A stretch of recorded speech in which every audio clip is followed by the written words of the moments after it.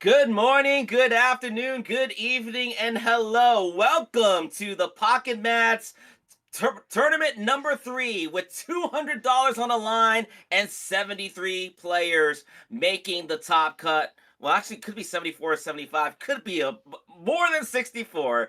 Tajima is at Milwaukee. So I'm in Tom. I'm filling in for Tajima. But of course, this wouldn't be a Pocket Mat series without the one and only Pocket Mats. Maddie, how you doing? Oh man, I'm super excited. Thank you, Tom, for joining. Again, we're gonna miss Taj, I think, this weekend, but he's at the Milwaukee Regionals doing his thing, and I'm excited to be here with you casting today. It's gonna be a great tournament. I'm actually extremely excited. It's gonna be so much fun, and honestly, last weekend was a blast. This weekend, I think, is gonna be even better. So, very excited. Yes, I'm looking at the decks that we are going to see here today, and there are about 23 different art. Is that, am I counting that right? 23 different deck archetypes that we're going to see today. Yeah, technically 23 different types of decks theoretically have made it into day two. So we're going to try our best to showcase all of those decks to the best of our ability. But yeah, tons of variety today. In fact, in game one, we're actually going to be showcasing Massipe here playing a Raichu deck. And I'm actually super excited for that, Mintom. Absolutely, the Raichu, the Raichu alone, the Raichu deck Mm-hmm. featuring the new Raichu EX promo that came out That's right. this week. Interesting to see how Massive is going to pilot it against Shankar out of India, piloting the Flareon Jolteon box deck. Mm-hmm. Um, Represent. how do you see this match going, Maddie? I really don't know. There is two Oricorio in the Raichu deck, so Oricorio is something that can halt Flareon if it's unable to draw into those Jolteons. But even then, Jolteons are in that Flareon deck for a reason. It is the option of the deck list to get around Oricorio. So, inevitably, they're going to have to get those Jolteons set up. They're going to flip some coins, hopefully KO those Oricorios. And I think that both decks actually function fairly similarly. I have said it since the beginning, since Raichu was released, that it kind of plays very similar to Flareon in that sense. So I think that the Oricorios might pose a bit of a threat. It really depends on how much the Jolteons can get in there and, deal with those Oricorios. I think Jolteon's going to do particularly well. 11 out of 16 chance to roll two heads. That's That's right. about what about if I'm doing my math correctly, what 62, 70, 68%. That Jolteon definitely going to be the key game changer in that matchup. But I'm definitely excited to see a lot of big names. Of course we have, yeah, I just recounted 74 people playing on Top Cut today, so we Mm. are definitely going to see at least 22 players having to play a preliminary round just to get to the top 64. And we got some big names out here that have to play that first round. Reality Pocket is here, a streamer on Twitch, has been in the grind for quite some time. Also, I believe Prelux is going to have to play the first round. Prelux, the leader of Team Magma. Mm. So there's going to be some interesting names, but I like that there's a lot of names that have a first round bye that get to sit back and watch. Bixie's here, Luchin's here, Elakitas is here. I see a lot of big names here that are willing to add. J-Hove is here, former third place winner, Yeah. third place in pocket number one. I can't wait to see what they have in store, but they're gonna have to wait as we are ready to get this preliminary round started. Shankar and Massipe are getting ready. Can't wait to see how this is gonna go. Yeah, me as well. I am extremely excited. I think that this is going to be an interesting one. And again, a couple extra people got paired this weekend because we had so many people play. So we actually had more than 64 people in the Top Cut bracket at day two. So we get an extra round today. And that's going to be good for you guys. But I did just notify the players to begin their match in time. So we should be able to hop right in very soon. I will say for everybody in the stream that, because Taj isn't here today, I'm going to be running some of the behind the scenes type stuff. So I might be a little bit busy moving back and forth, editing the scenes, communicating with the players. So I'm just glad that I have my co-caster here today to help carry things for sure. But I'll try to provide my input once we get in to the stream. But yeah, it looks like we're getting into it, Midtown. We're getting in right now. Game one of the first round of our tournament. Let's go. And just to let you guys know, we are on a 15-minute delay and on stream. So what you guys are seeing, the players would have technically played 15 minutes ago, but Yeah. we are doing that because we get to showcase what Mads has been dreaming of for some time. Cards up footage. That's right. Can't wait to see. I can't wait to see how this is gonna go. I can't wait to call the action with all the information that we get to know, but not have to pretend that we are going to jump right into it. Maddie, you ready? I'm so ready. Yeah, it's gonna be nice to be able to view the hands and all the information available to us. I think it'll be advantageous as casters. And as you see here, Eevee leading into Pikachu, going to be a very interesting start here. So no Oricorio lead for, of course, Massipe here. But, Eevee going second is theoretically kind of totally fine. The interesting thing about Flareon is that, whether or not you lead Eevee or Pichu going second, you're actually a bit of, you're at an advantage regardless, right? So good start here going second. And it kind of just looks like a pass turn one, Mintom, from Yeah, Massipe. yeah, Massipe's gonna pass the first turn, doing absolutely nothing. Shankar coming right in with the professor's research. We do see a bunch of Pokemon being drawn. Pokeball is going to come Pichu. down to grab another Pokemon, and Pichu is there. That's So big. we are going to anticipate to see a Pichu come down. Pichu will come down along with the EVEX, and I believe, correct me if I'm wrong, Maddie, are we going to see a retreat here? I think that normally you would, yeah. It's just too advantageous with the Flareons in hand to not retreat, get that fire energy in the discard pile, and then to crackly toss, effectively allowing you to evolve one of your EVs next turn into Flareon, bring that energy back, and then be up 2 energies after your first turn, especially going second. 0 energies on the board, 0 Oricorios, or any bench Pokemon for Massipe here. We're definitely going to be waiting to see what he can bench, but the Jolteon is in hand here, Mintom. So regardless of what I believe that Massipe does this turn, he's going to be facing a pretty powerful attack on turn 2, and that is the inherent strength of Flareon. Going to be a pretty difficult, introduction to this game to work around for Massipe here, but we'll see how it works out. You know what I mean? We do see the Pokeball. Okay. All right. Yep, Pichu putting down the energy on the EVEX. Massipe is going to respond with the Pokeball. Probably looking for an Oricorio to force Shankar to go into Jolteon instead of Flareon. We do see the Oricorio being Okay. dropped here, Hmm. and Massipe really thinking about what to do here. Where do you put the energy? Do you put the energy on Pikachu, or do you put it on Oricorio? Think it's gonna go down? Yeah, you could retreat. The Pichu comes out. That is technically going to be also your best option here. But unfortunately, you went first, and you're not able to bring those energies out of the discard pile like Flareon does. So no matter what, even if you go into the Oricorio or you crackly toss to Oricorio and your plan is to go into it next turn, you're not safe, as we know, right? Because, that Jolteon is going to be in the hand here.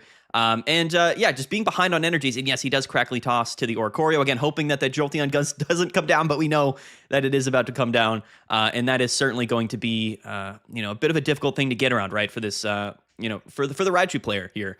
Going first is certainly not what you want, especially leading Pikachu.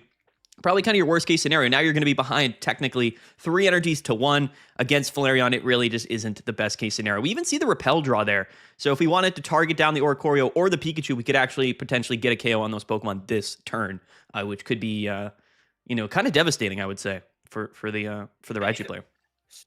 Shankar banking the statement, dropping down to Jolteon and a Flareon and a third Eevee. Jolteon is going to come in place of Pichu, and then boom, Mm. 2 heads. A bit of an overkill, but Pichu goes down. Shankar up 1 point in this critical game 1. Yep. Yeah. I mean, at this point, right, because that Oricorio can come in, like theoretically, all you're hoping for now is to, deal 50 damage to the Jolteon, hope he doesn't have EV bag to heal back up above 50 HP, and then, of course, hope that he misses out on, flipping 2 heads at least to take the KO on you, right? That is really your last hope. And this is what I was saying before the match, right? That Oricorio is theoretically going to be your most important thing here, but only if that Jolteon doesn't come out, right? But we do see the repel in Shankar's hand, Mintom, so he's going to be able to just move around this Oricorio if he wants to potentially just KO the Pikachu. Yeah, that's right. Massipe just played Mars to redraw the hand, but the repel does come into Shankar's hand. Oricorio attacking fit for 50 on Jolteon. Now Shankar is definitely going to go ahead and respond here. Fire energy gets dropped on the Flareon, Oh, he goes for the and attack. no combust. We go straight for the Oh, attack. The he's got. Jolteon is going to get two heads again. 68% to KO the Oricorio, and that 68% goes through. Shankar going up 2 points. Let's go. Absolutely insane. Yeah, just a really difficult start for the Raichu player, I would say. I mean, there's just not much you can do in this particular start scenario. Now, the tables can be reversed next game, right? There's no way to know. But both of these decks, incredibly fast-paced and energetic. Both theoretically can attack on their second turns for big damage. This game, the Oricorio stuff just really wasn't a factor with Jolteon flipping heads and taking back-to-back KOs here. So he does actually bench another Oricorio and retreats right into it. But as we see, that Repel is in hand, and the Flareon is ready to take the KO. So that's going to be it. Now, and of course, that's it. That's going to be it. The Repel gets played by Shankar. Massipe now a sitting duck as his Pikachu is forced to eat the combust and the fire spin combo. Will we see the concede or will we see a torched mouse? No, There we we go. definitely do see the concede. Shankar, 1-0 over Massipe as we head on to this game 2. What a clinic by the Jolteon.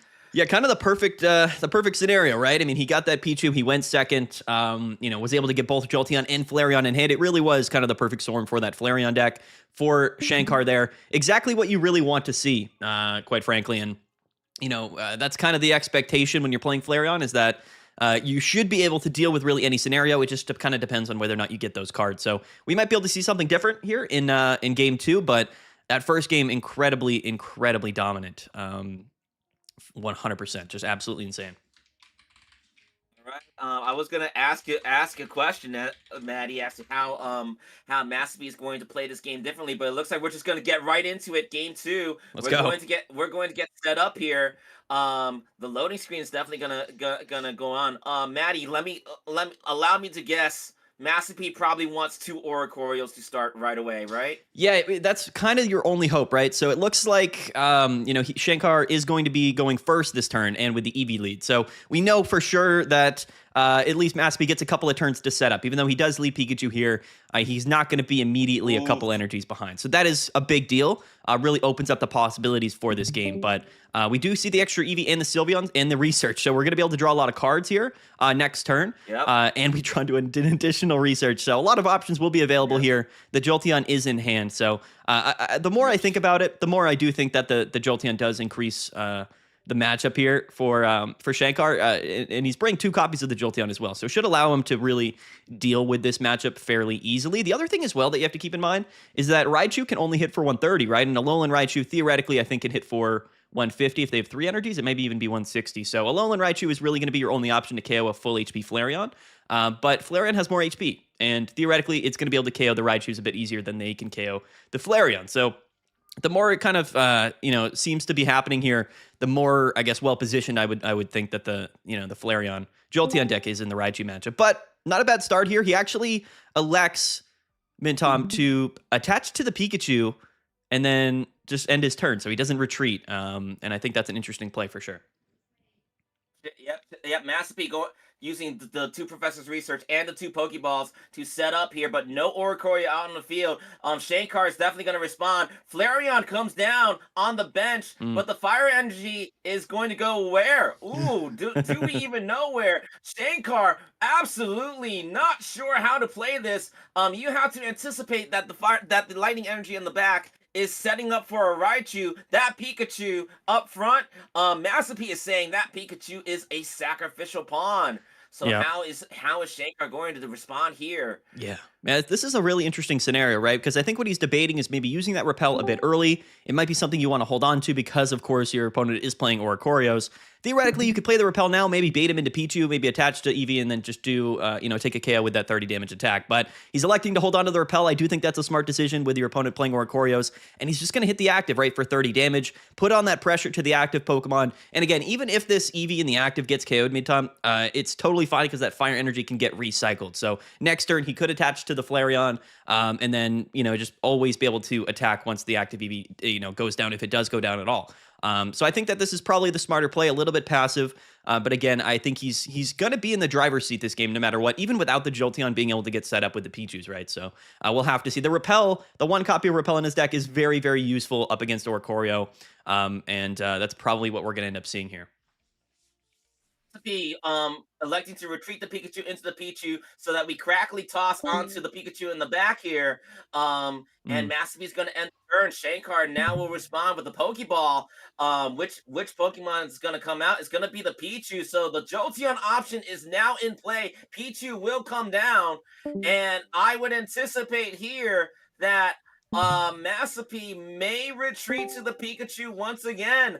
Get that Jolteon online. Remember that Flareon deck only runs the fire energy on the energy zone. Ooh, but interestingly enough, we don't see the crackly toss. Eevee will elect to bite the Pichu out of existence. Shankar up 1 point, Exactly. and Yeah. he's up 1-0 in this round. That's right. Yeah, that's kind of what I was saying, right? He can kind of just keep the pressure on with his active EV, attach the Flareon this turn. No matter what, that Flareon's going to get set up and get ready to go. On the following turn, if the active EV gets KO'd. So without any Oricorios, again, Flareon is probably just going to win this head-to-head matchup. It really is. Just a difficult scenario to be in. The combustibility from Flareon gives it such a massive advantage because you can technically attach double energies onto it in one turn and get it set up just that much quicker, right? So it allows you to attach to the EV, use it for a little bit, and I think just going to be really valuable. And we don't know, right, what Massipe has in his hand. Maybe he doesn't even have Raichu. Again, even if he takes the KO. We do know if he had Raichu, that Raichu would have been dropped, but no Raichu, and Massipe instantly concedes, and just like that, Shankar is moving on. We have just lost the Raichu deck. Yeah, absolutely dominant first game there. I wasn't exactly sure how that matchup would interact, but after watching it, it definitely seems, Mintum, that's I would say a pretty pretty dominant matchup there. Like I can't assume it would be ever easy for Raichu to win that particular matchup there, right? Raichu's going to be really good into those Suicune decks, into the water decks, but Flareon is kind of a very similar deck, but a little bit better in most other ways, right? So a little bit of an unfortunate game one there for Massipe, getting eliminated from the tournament pretty early. But either way, hey, that's what the tournament's all about. Jolteon Flareon, one of the best decks in the game. I've been saying it for quite some time. It did place very, very well, and in general did very well, both last weekend when it kind of popped onto the scene, but also in day one of this tournament. So I think that it's definitely one of the favorites to win this weekend's tournament. I'll be excited to see how that happens moving forward. Absolutely. I'm just looking at the matches right now. That was the last one to finish in the first round. Wow. So the top 64 has already started, and some people have already moved on to top 32. We already have a top 32 match lined up, but we're gonna get the next match set up immediately.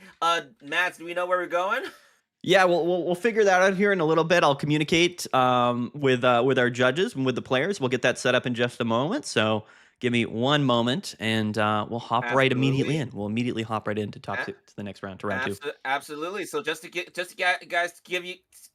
you guys an update, we are down to already less than 64 players. Frost 22 already taking out Bestiari. That is a Flareon Eevee taking out a Darkrai Giratina. So Flareon already secured into the top 32. To Paul Codeo defeated Dreams. That is a Tapu Koko Pikachu taking out Greninja Oricorio, and he's already set to face off against nope, actually that might not be the case. Is that the case?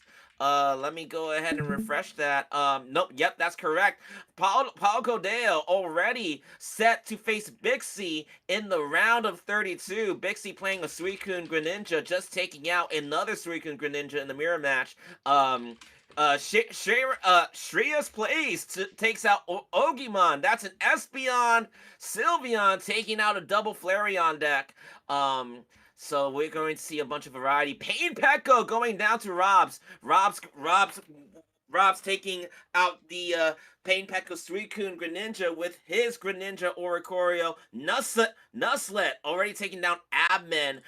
That is a Savali Zero Aura taking out a Darkrai Arceus deck. Nako Pole 9. These are going by really fast, Maddie. Nako Pole 91 taking out Karage. So that's Suicune Greninja taking out Darkrai Giratina. Vincent Chandra in into the round top 32, taking out Sage KCD. That's a Charizard player going down to Suicune. So we've got a lot of players already qualified to go into the round of 32. But we definitely have a lot to play in the round of 64. Yeah, and we actually have a really interesting game for round two here, Minton, because there was one player, Harian, playing Porygon Z, a really fun deck with Tapu Koko. He did actually immediately move on because of the imbalance there with players in day two. So he will be immediately moving on to the second round, and hopefully we can go ahead and get him on stream for game two. I'm communicating with them right now, so let me get that set up, and hopefully we can watch Porygon play this next round. And he will be playing My Diamonds, so that's actually going to be a Gyarados Suicune deck. So that could be a very interesting matchup.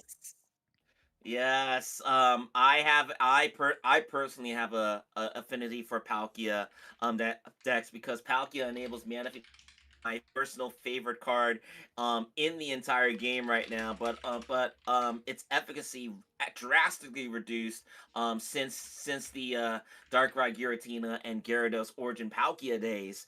Mm. But we get to see it in action against this Porygon. This Porygon deck very interesting. I definitely gave it a try last night. Didn't really find success with it, but but I believe it does particularly well against decks that take a little bit of a while to set up. Mm. Yeah, man, it's gonna be an interesting one. I'm not gonna lie. I'm actually extremely excited. Let me see if I can get them in VC because this is definitely a match that I would very much like to cover. So I believe my Diamonds 1000 is on VC, so we do have the option to look at it from the Palkia end, okay. which will be very interesting if you want to go there. Yes, yeah, for sure. Let me just get this set up one moment, and then we will hop on over there. I'll let them know that they can play their next game, and then we'll get it going. Sounds good. There's gonna be so we've definitely got some exciting a couple more updates to let you guys know. Baymax taking out Brooklyn in the Suicune Mirror to go on to top 32. Don't see any other new names here. These some of these games are particularly competitive. Aurora Joe. So Joe out of Team Aurora Lord taking down Suicune Greninja, which will eliminate Hasselhoff from the competition. Mm, But some of these games they're still in game one. I see some games still in game three, okay. and I am excited to see where things are gonna go. Yeah, So let's do it. let's Let's see hop how on this over. goes. It looks like my Diamonds 1000, the Palkia player, is going to be streaming. So it looks like he's all set up. We'll hop into them. I'll let them know they can start their match. And let's just get right into round two, our round two matchup. I'm actually most excited about this. I think most people are going to be surprised by the decks, both of these decks, in fact, making it all the way to top 64 of the Absolutely. tournament. Let's hop on in. Let's hop on over there.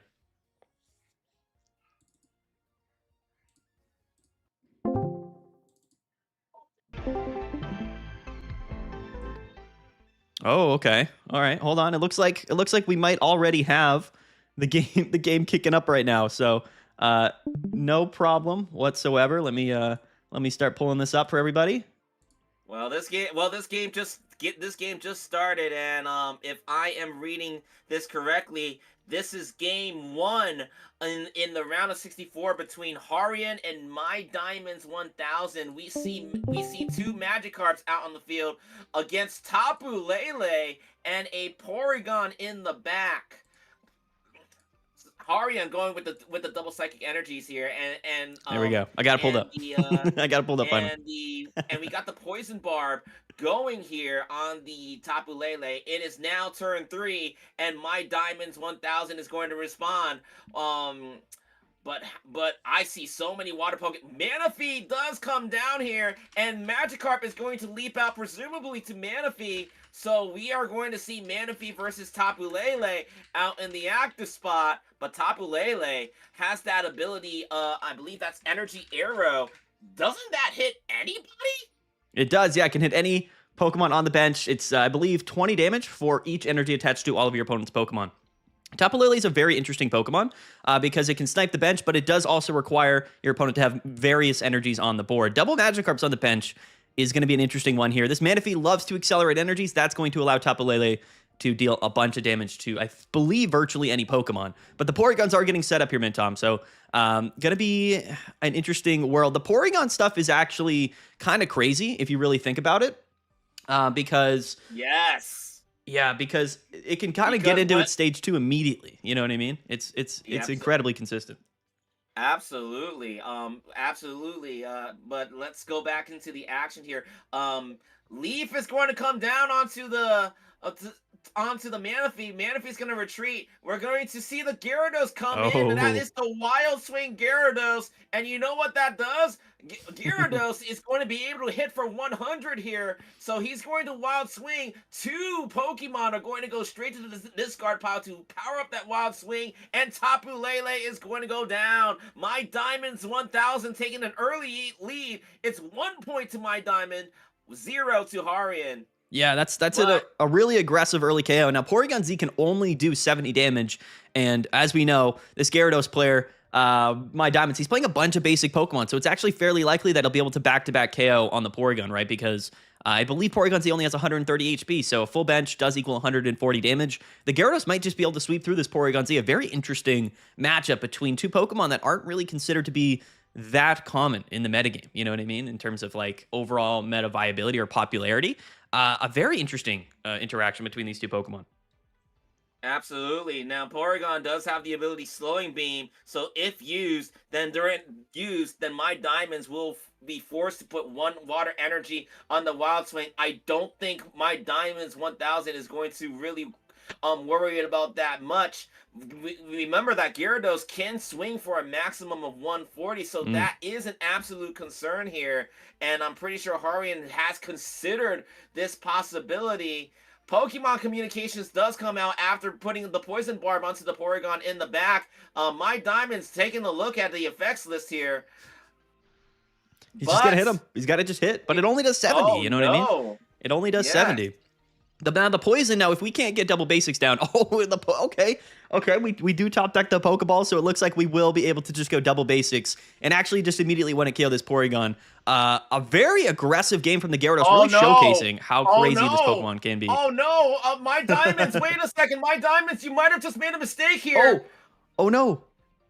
Because remember, Porygon Z slowing beam. You have to put 1 extra water energy to conduct the Wild Swing, and My Diamonds 1000 missed it. The slowing beam. The unfamiliarity of facing Porygon Z has cost My Diamonds 1000 a critical second point to get ahead in the game, and just like that, it looks like Harian's going to be set up to go 1 point after KOing this Gyarados. Yeah, I wonder if it was maybe him forgetting about it, but maybe it was a strategic play, right? Because the Gyarados was already poisoned, so maybe he made that decision to go ahead and just start committing to the second Gyarados. But the issue here is that because that Gyarados is our primary attacking option, this Porygon is not only going to be able to slow down the Gyaradoses that are in the active, forcing them to have 3 energies to attack, but at the same vein, Gyarados can't discard the other Gyarados because then he won't have a backup attacking Pokemon. So he was actually put in a very, very disadvantageous position there, considering that he needed 3 energies to attack, and now we have double Porygon Z on board, and of course, no real great attacking option. I believe that at this point, maybe the best option could be to set up a second attacking option, like other than Gyarados, right? Maybe we go into a Palkia, maybe we go into a Suicune, but the issue is, as long as Porygon Z is attacking a Pokemon, it needs an extra energy to attack, and that is a massive deal. Very, very disruptive attack effect from Porygon Z here. Wow, the tables turn there almost immediately. And I think a lot of people, man, I think they're sleeping on Porygon. I think Porygon might be kind of broken in this metagame right now. I agree. Porygon Z, give me if you guys remember the Stoutland Mm-hmm. decks. So Stoutland Garchomp, Stoutland Charizard, Yeah. Stoutland Giratina, Porygon Z really playing the Stoutland role in this, as we do see the Porygon Z taking out the Manaphy, hurrying up 2 points. It's gonna be do or die here. My Diamonds 1000 still has to figure out how to knock out 2 Pokemon. Remember, Harian not running any EXs, but My Diamonds now just forced to put up the pressure and only the pressure here. Yeah, and those 2 copies of red in his hand are not going to be very useful against Porygon Z. Of course, not an EX Pokemon. Now, it's interesting to note that the effect of the slowing beam attack. Oh, and he actually does play red of his own. The slowing beam effect only works after you attack a Pokemon, so that's why he was able to go into Suicune and then attack for 2 energies. But unfortunately, now he's poisoned. He's getting hit for 90 damage, and yes, he could theoretically go into the Gyarados here to take the KO, discard this damaged Suicune. But then where does he go from there? No other basic Pokemon in hand. It's going to be a very difficult position for My Diamonds here with this Gyarados, right? And Gyarados has to discard Pokemon to attack, and you're running out of basic Pokemon. The Porygon Z, after, you take the KO, the second one's going to come in, it's going to hit you. It's actually just a very difficult situation. So what we actually see is the manual retreat into the Palkia to deal a little bit of chip damage here, potentially allowing him to, to conserve energy, to conserve time, and then draw into some more basic Pokemon to utilize Gyarados with later in the game. This is a very, very interesting matchup. Not something that I've personally ever experienced before in Pokemon Pocket. He does actually, he's got the Cyrus, so that is actually just going to be the game. Get dropped, and that is going to be game to the Porygon Z. Harian out here in Pocket Mats Tournament 3 to showcase exactly what Porygon Z is all about. And just like that, Harian's going to take game 1 in the round of 64. Wow. Absolutely incredible. Wow, Matt. Not something that I saw coming this tournament. Was to see a Porygon potentially just kind of storm his way into a top 32 placement. We do have another game to go. I do think that this matchup can go either way, but again, that slowing beam, an incredible effect in the head-to-head matchup against Gyarados. Both have their advantages. Gyarados can one at KO Porygon Z, but again, if it takes an attack before it can attack, it needs 3 energies to do that. And again, with the limited amount of energies available in the deck list, that's going to be pretty difficult to do back-to-back. So we'll see how this game goes. It does look like here that My Diamonds will be going first.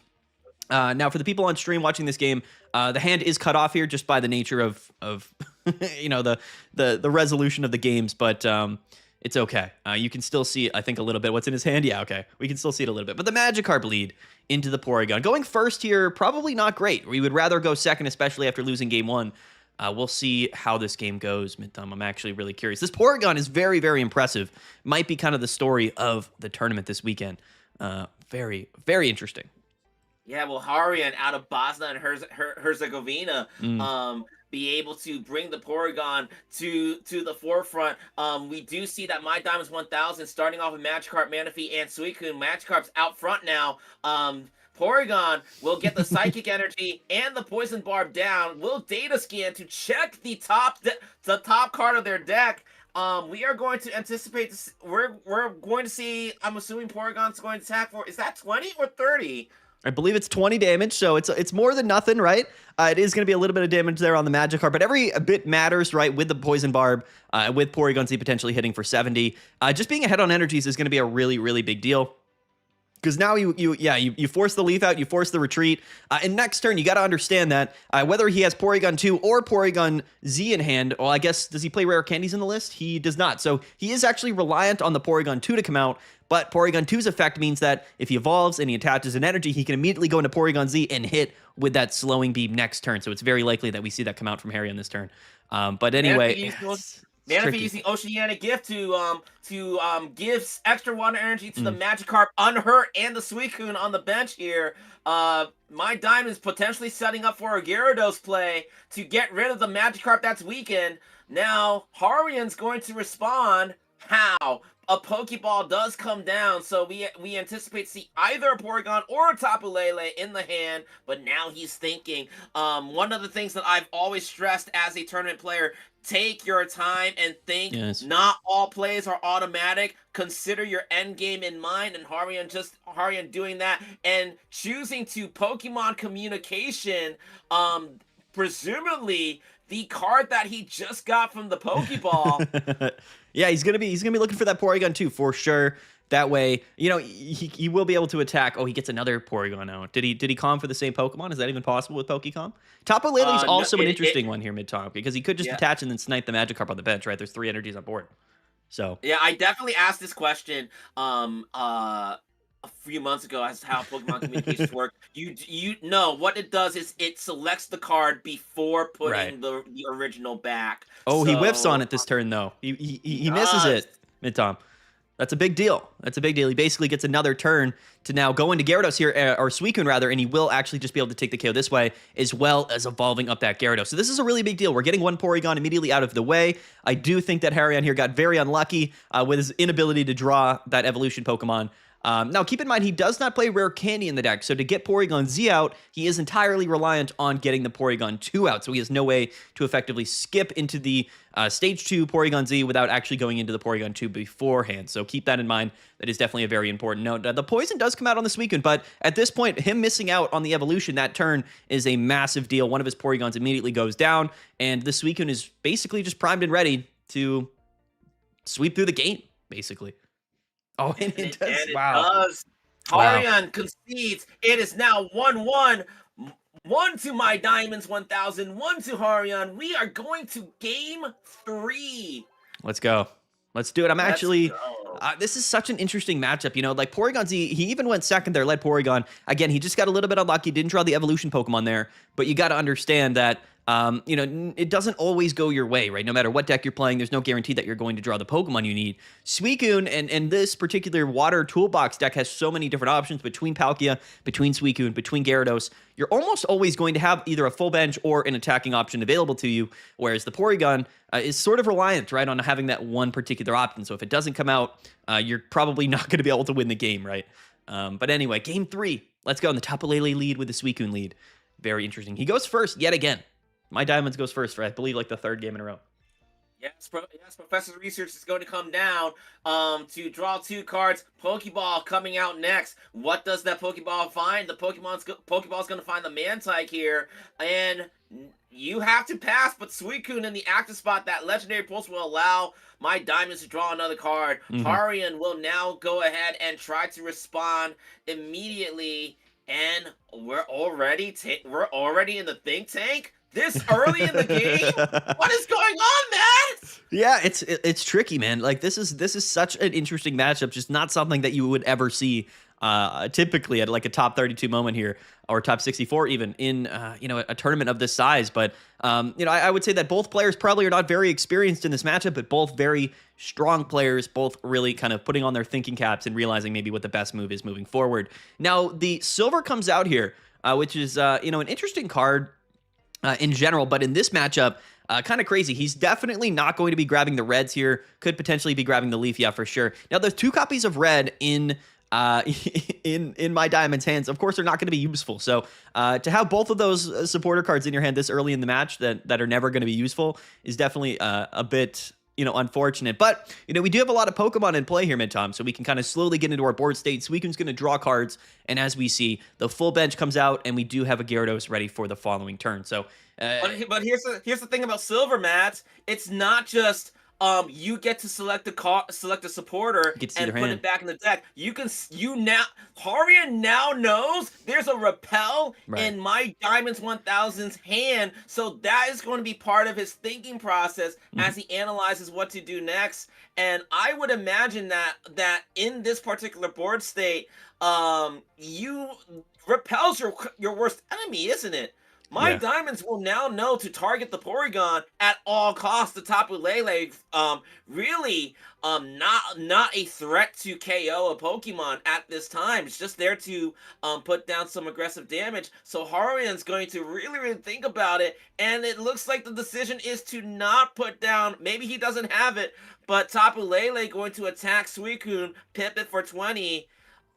Yeah. Is this It's a tough scenario here, right? Because you are really just kind of locked down. He's going to be able to chip away at this Tapu Lele. Theoretically speaking, the Gyarados does get evolved. You could take a KO on the Mantike here. He elects for just a little bit of chip damage on the Suicune, but we've seen this time and time again. Suicune is such a strong Pokemon in the leadoff position with that full bench setup. The Porygon does come down now, and now he gets double Porygon. So regardless of what he wants to go into next turn, he should be able to utilize the Porygon Z on the following turn. At least that's the hope. But even that is not going to be able to get the KO onto Suicune, right? Tapu Lele, unless he has red, he could have red in hand, but Tapu Lele is going to be able to stay into the active, potentially deal 40 to the active Suicune, and then it's going to be at 80 HP. So unless we kind of, don't have a red in hand for Harian, he's not even going to be able to KO the Suicune on the following turn. However, he will also live an attack. So, this could go either way still. This definitely could still go either way. Did you just see what Matt just did? Porygon with the data scan, and Harian didn't like the top deck of the card, so he cut Pokemon Communications not only to redraw a Pokemon, but to shuffle the deck, and he data scans with the second one. What a combo to kind of like try to come up with a better out for future value here. Mm-hmm. Now my Diamonds 1000 is going to respond unfazed most likely. Where is that water energy going to go? Probably to set up the Gyarados. It does, but will it be Suicune that attacks, or will it be Gyarados to attack? The Pokeball does come down to add another bench Pokemon to set up Gyarados for the future, but Suicune does go ahead and Crystal Waltz. Tapu Lele goes down. My Diamonds 1000 in the lead with 1 point in this critical game 3. That's right. Yeah, basically, we need both Porygon Z to get set up and red to take a KO on the Suicune.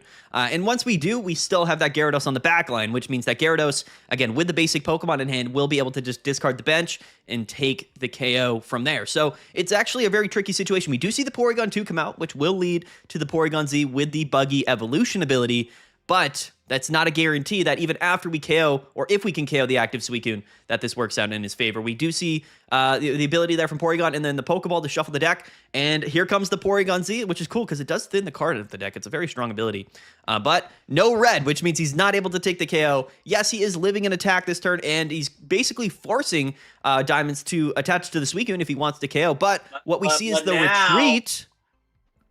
And that beam does not work on the Gyarados because we attacked the Suicune. Yep. So now Gyarados will Wild Swing for all of it, and Porygon Z is going to go down. Yep.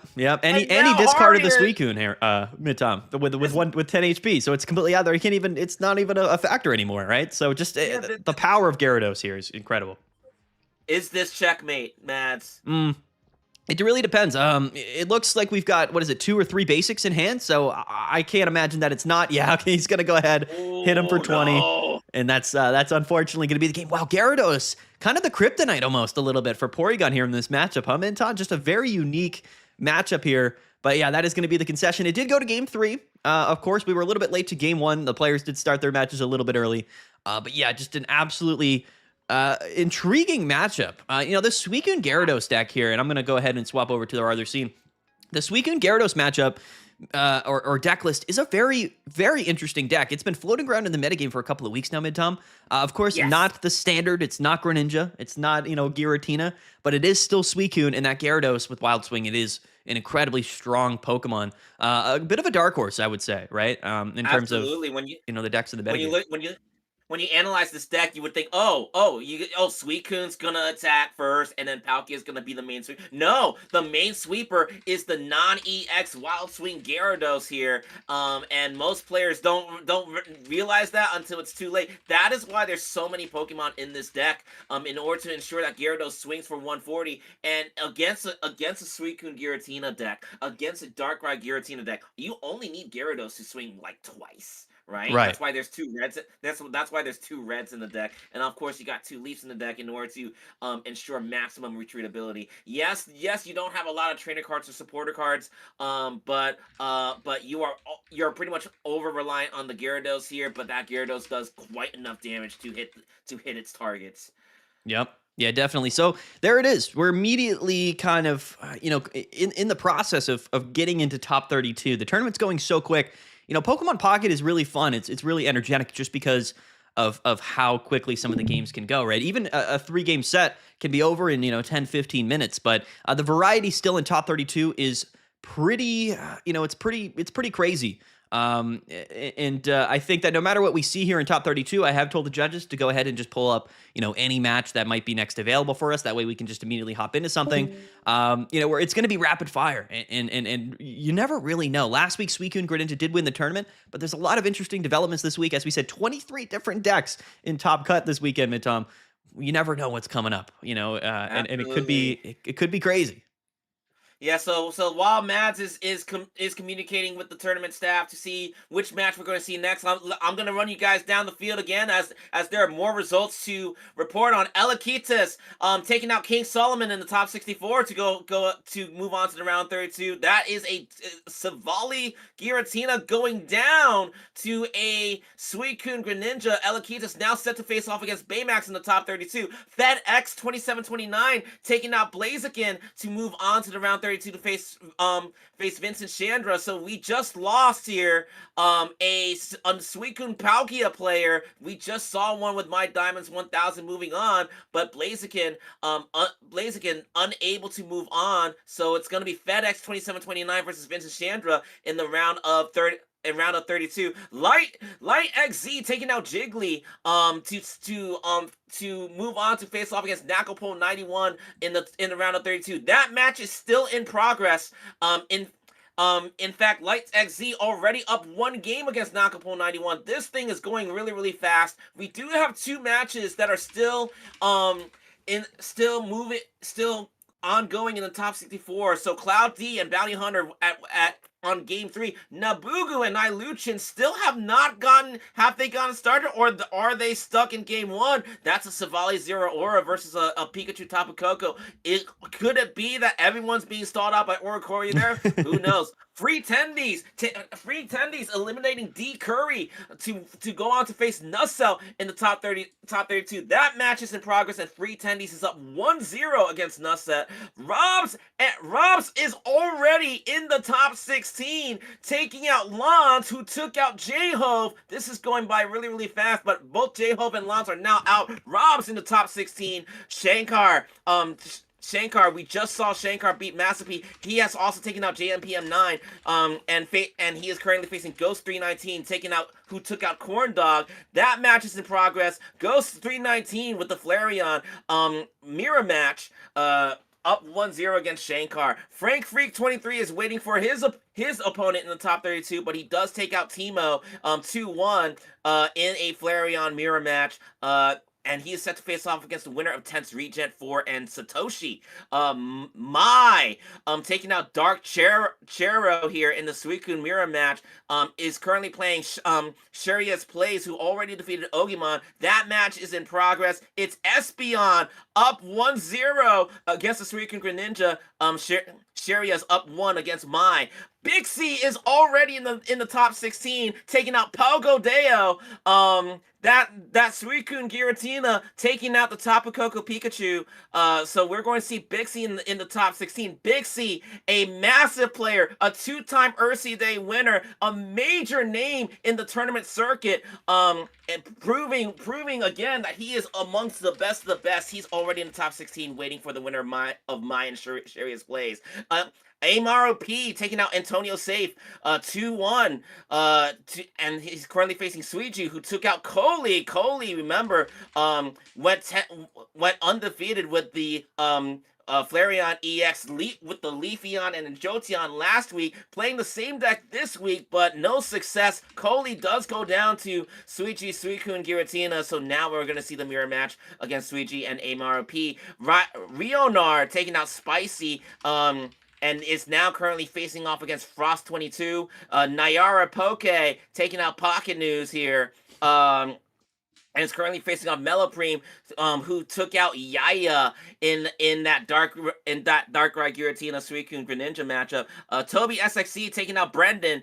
Hamza 007 taking out El Marco. Now Hamza 007 and Toby are facing off in the top 32. A Moose took out Liam Crew. And he's going to face off against Avinity, who took out Vengeful Dark, and of course, Joe taking off House Off, and of course Joe is going to face off against My Diamonds 1000 in the round of 32. Lots of big names. The action is going fast. The action is action packed. It is going super fast, and I think it's time that we get to check in on potentially a round of 32 or a round of 64 match. What do we got, Mads? Yeah, it looks like we're going to be just riding with Diamonds for a little bit longer. It looks like he is the only top 32 match that basically has not begun yet, that is ready to go. So we're going to stick with Diamonds. He's going to be playing up against Joe, which is a Guzzlord player. So we're going to dive right into top 32. Following Diamonds yet again, a new opponent. We will be keeping his perspective here on the stream. So let's hop on over. He is in the VC, so let's join him, and then we'll get this top 32 game started back up.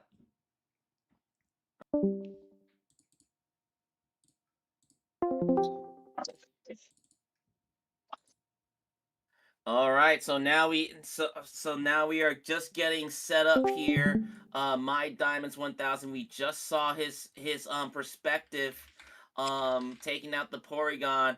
He is now getting ready to face off against Guzzlord. Let's take a look at that Guzzlord list, and it's the standard Guzzlord Celesteela 17 trainer list that has been making the rounds lately. I am double checking the results for tournament number 1, because I believe this might be the same exact deck that Nabrix used to take down the first ever Pocket Mats tournament. Is that correct? It does look very similar. Yeah, I think Guzzlord lists at this point are fairly standard. Now, we did just watch Gyarados in the Porygon match, but unfortunately the Porygon got eliminated from the tournament. But Guzzlord is still a pretty dominant force in the metagame, and I don't know if I've ever actually witnessed, a Gyarados Palkia Suicune matchup into Guzzlord, so I'm curious to see how this goes. Let's hop right into it. Looks like the game is starting, Mid-Tom, so let's transition over, and let's go. My Diamonds yet again. Yeah. We'll try to grab somebody different for top 16, but outside, baby. Oh, hello. Somebody hopped in. We gotta deafen them real quick if you don't mind, Mid-Tom. Yeah, you got it. So here's the interesting thing with this matchup, in my honest opinion, as we are waiting for the search to go through.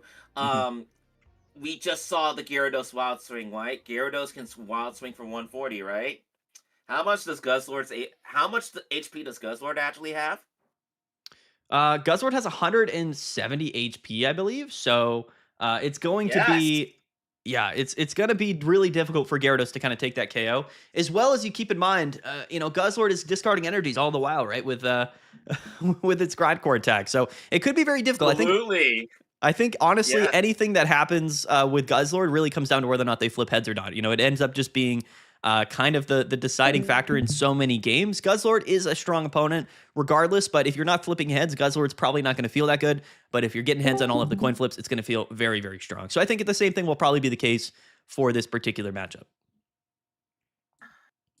Absolutely. It looks like they are getting ready to go. So we're going to go ahead and get started here. And will the Perfect. Listen, the Palkia Suicune Gyarados deck, it might be my personal favorite deck, even though it might not be the deck that I use the most right now. But I am basically, I have a rooting interest in Massipe. But here we go. My Diamonds 1000 versus Joe out of Team Aurora. The Pokemon are getting ready to get set down. Awesome. And we're going to see how this is gonna go, man. Yeah, I'm happy to follow Diamonds as long as he goes, to be fair. The Gyarados stuff is just really fun. It's a very unique playstyle. There's really no other deck in the game that plays the same way that Gyarados does. You would look at that, the attack, the Wild Swing attack that discards your bench Pokemon as a bit of a downside, right? You don't really want to just start discarding all of your Pokemon, but theoretically speaking, if those Pokemon are damaged or if they're able to be brought up later in the game with Cyrus for free prizes, then yeah, it kind of does end up actually being a plus, which is interesting because we kind of thought the same thing about Gyarados EX when Gyarados EX was first announced, right? You could discard your own energies. It didn't seem that good. No, it ended up actually being a pretty strong effect of that attack as well. They both hit for 140 potentially. This Gyarados is really, really strong. So now, so Joe starting off with the Celesteela. It is his turn. It is his turn to go. Rocky Helmet's gonna get dropped down, and no Guzzlord. Dark Energy goes down to Celesteela, and we pass the turn. Now, now we got a Palkia coming down here, but I would imagine that My Diamonds is going to do just what he did in the last match. Put the pressure on. Crystal Waltz drops for 60. The Rocky Helmet does 20 damage. I don't think he minds that at all. And Legendary Pulse will allow him to draw another card. Joe already in trouble, Mads. Yeah, it's a tough one for sure. He does get the Rocky Helmet damage on, and he is actually going to heal up the Celesteela. So theoretically speaking, he is able to survive next turn, but we don't see any other Pokemon. We don't see any Guzzlords out. 2 energies now onto the Celesteela. Feels... Woo! Excuse me, I'm going to sneeze. Absolutely. Go ahead and do what you gotta do. Almost again. sneezed into the and mic. I'm pretty sure that Celesteela absolutely did sneeze because we just passed a turn once again. Wow. Now, this is where it gets very interesting. How does My Diamonds take this out, assuming no Guzzlord gets dropped? And the answer is just keep up the pressure. Crystal Waltz drops for another 60. Take the Rocky Helmet damage. Who cares? Now it's up to Joe to find something, anything. He needs the heads here. He needs the flip heads. If he KOs this weekend, theoretically, he gets Will. He has Will. And there it is. So he takes the KO, and with the potion, actually lives from the Palkia on the following turn. So this actually ended up being a pretty good situation. The Celesteela absolutely carrying Joe here through this game, through this first game. Absolutely insane stuff here. The Will does come in clutch. It's mainly used to guarantee the energy discards with Grindcore with Guzzlord, but can of course come in handy in this particular scenario. Celesteela taking that KO on this weekend. For the Rocky Helmet, came in clutch. Absolutely insane. No Irida in this deck here for Diamond. So quite the interesting scenario. However, this Gyarados next turn is going to be able to go ahead and KO or do a lot of damage regardless, right? So unless we see the Guzzlord come down, that KO might have been for naught, but we'll have to wait and see what comes down here for Joe. Yeah, he needs anything. Guzzlord, Pokeball, Professor Oak, something to ensure that there is the Guzzlord coming down. So Celesteela doing more than enough work, securing 2 points, and now all Guzzlord needs to do is build up as Celesteela does free damage. If we get another heads out of here, My Diamonds 1000 could be in a world of hurt. Will it be the heads? No. So Palkia does get to keep the HP. So a little bit of extra work needs to be done on Joe's side in order to secure the victory here. The Repel comes out, bringing up that Guzzlord. So he's actually electing just to not KO the Celesteela, getting some valuable damage off on this Guzzlord. Again, Pokemon Center Lady and Potion has already been played. And in fact, he's also going to have the Leaf with Repel so he can go into Gyarados and basically hit for 140 damage here. An absolutely massive turn. The combo of Repel and Leaf this turn, being able to do all this damage to the Guzzlord is very, very important for sure. But, Joe does have a second Guzzlord in his deck, and he also has Lucamine to potentially bounce back from any of this, right? So Gyarados here isn't going to be able to take the KO. It does take Rocky Helmet damage, going down to 110 HP, and he has no other Pokemon on his bench currently.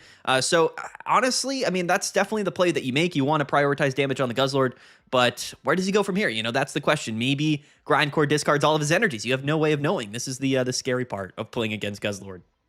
Guys, remember that Lucamine can attach 2 random energy from your discard pile to an Ultra Beast, but Lucamine can only be played if your opponent has gotten at least 1 point. Right. So the second Guzzlord, though. Yeah, but the second Guzzlord does come down.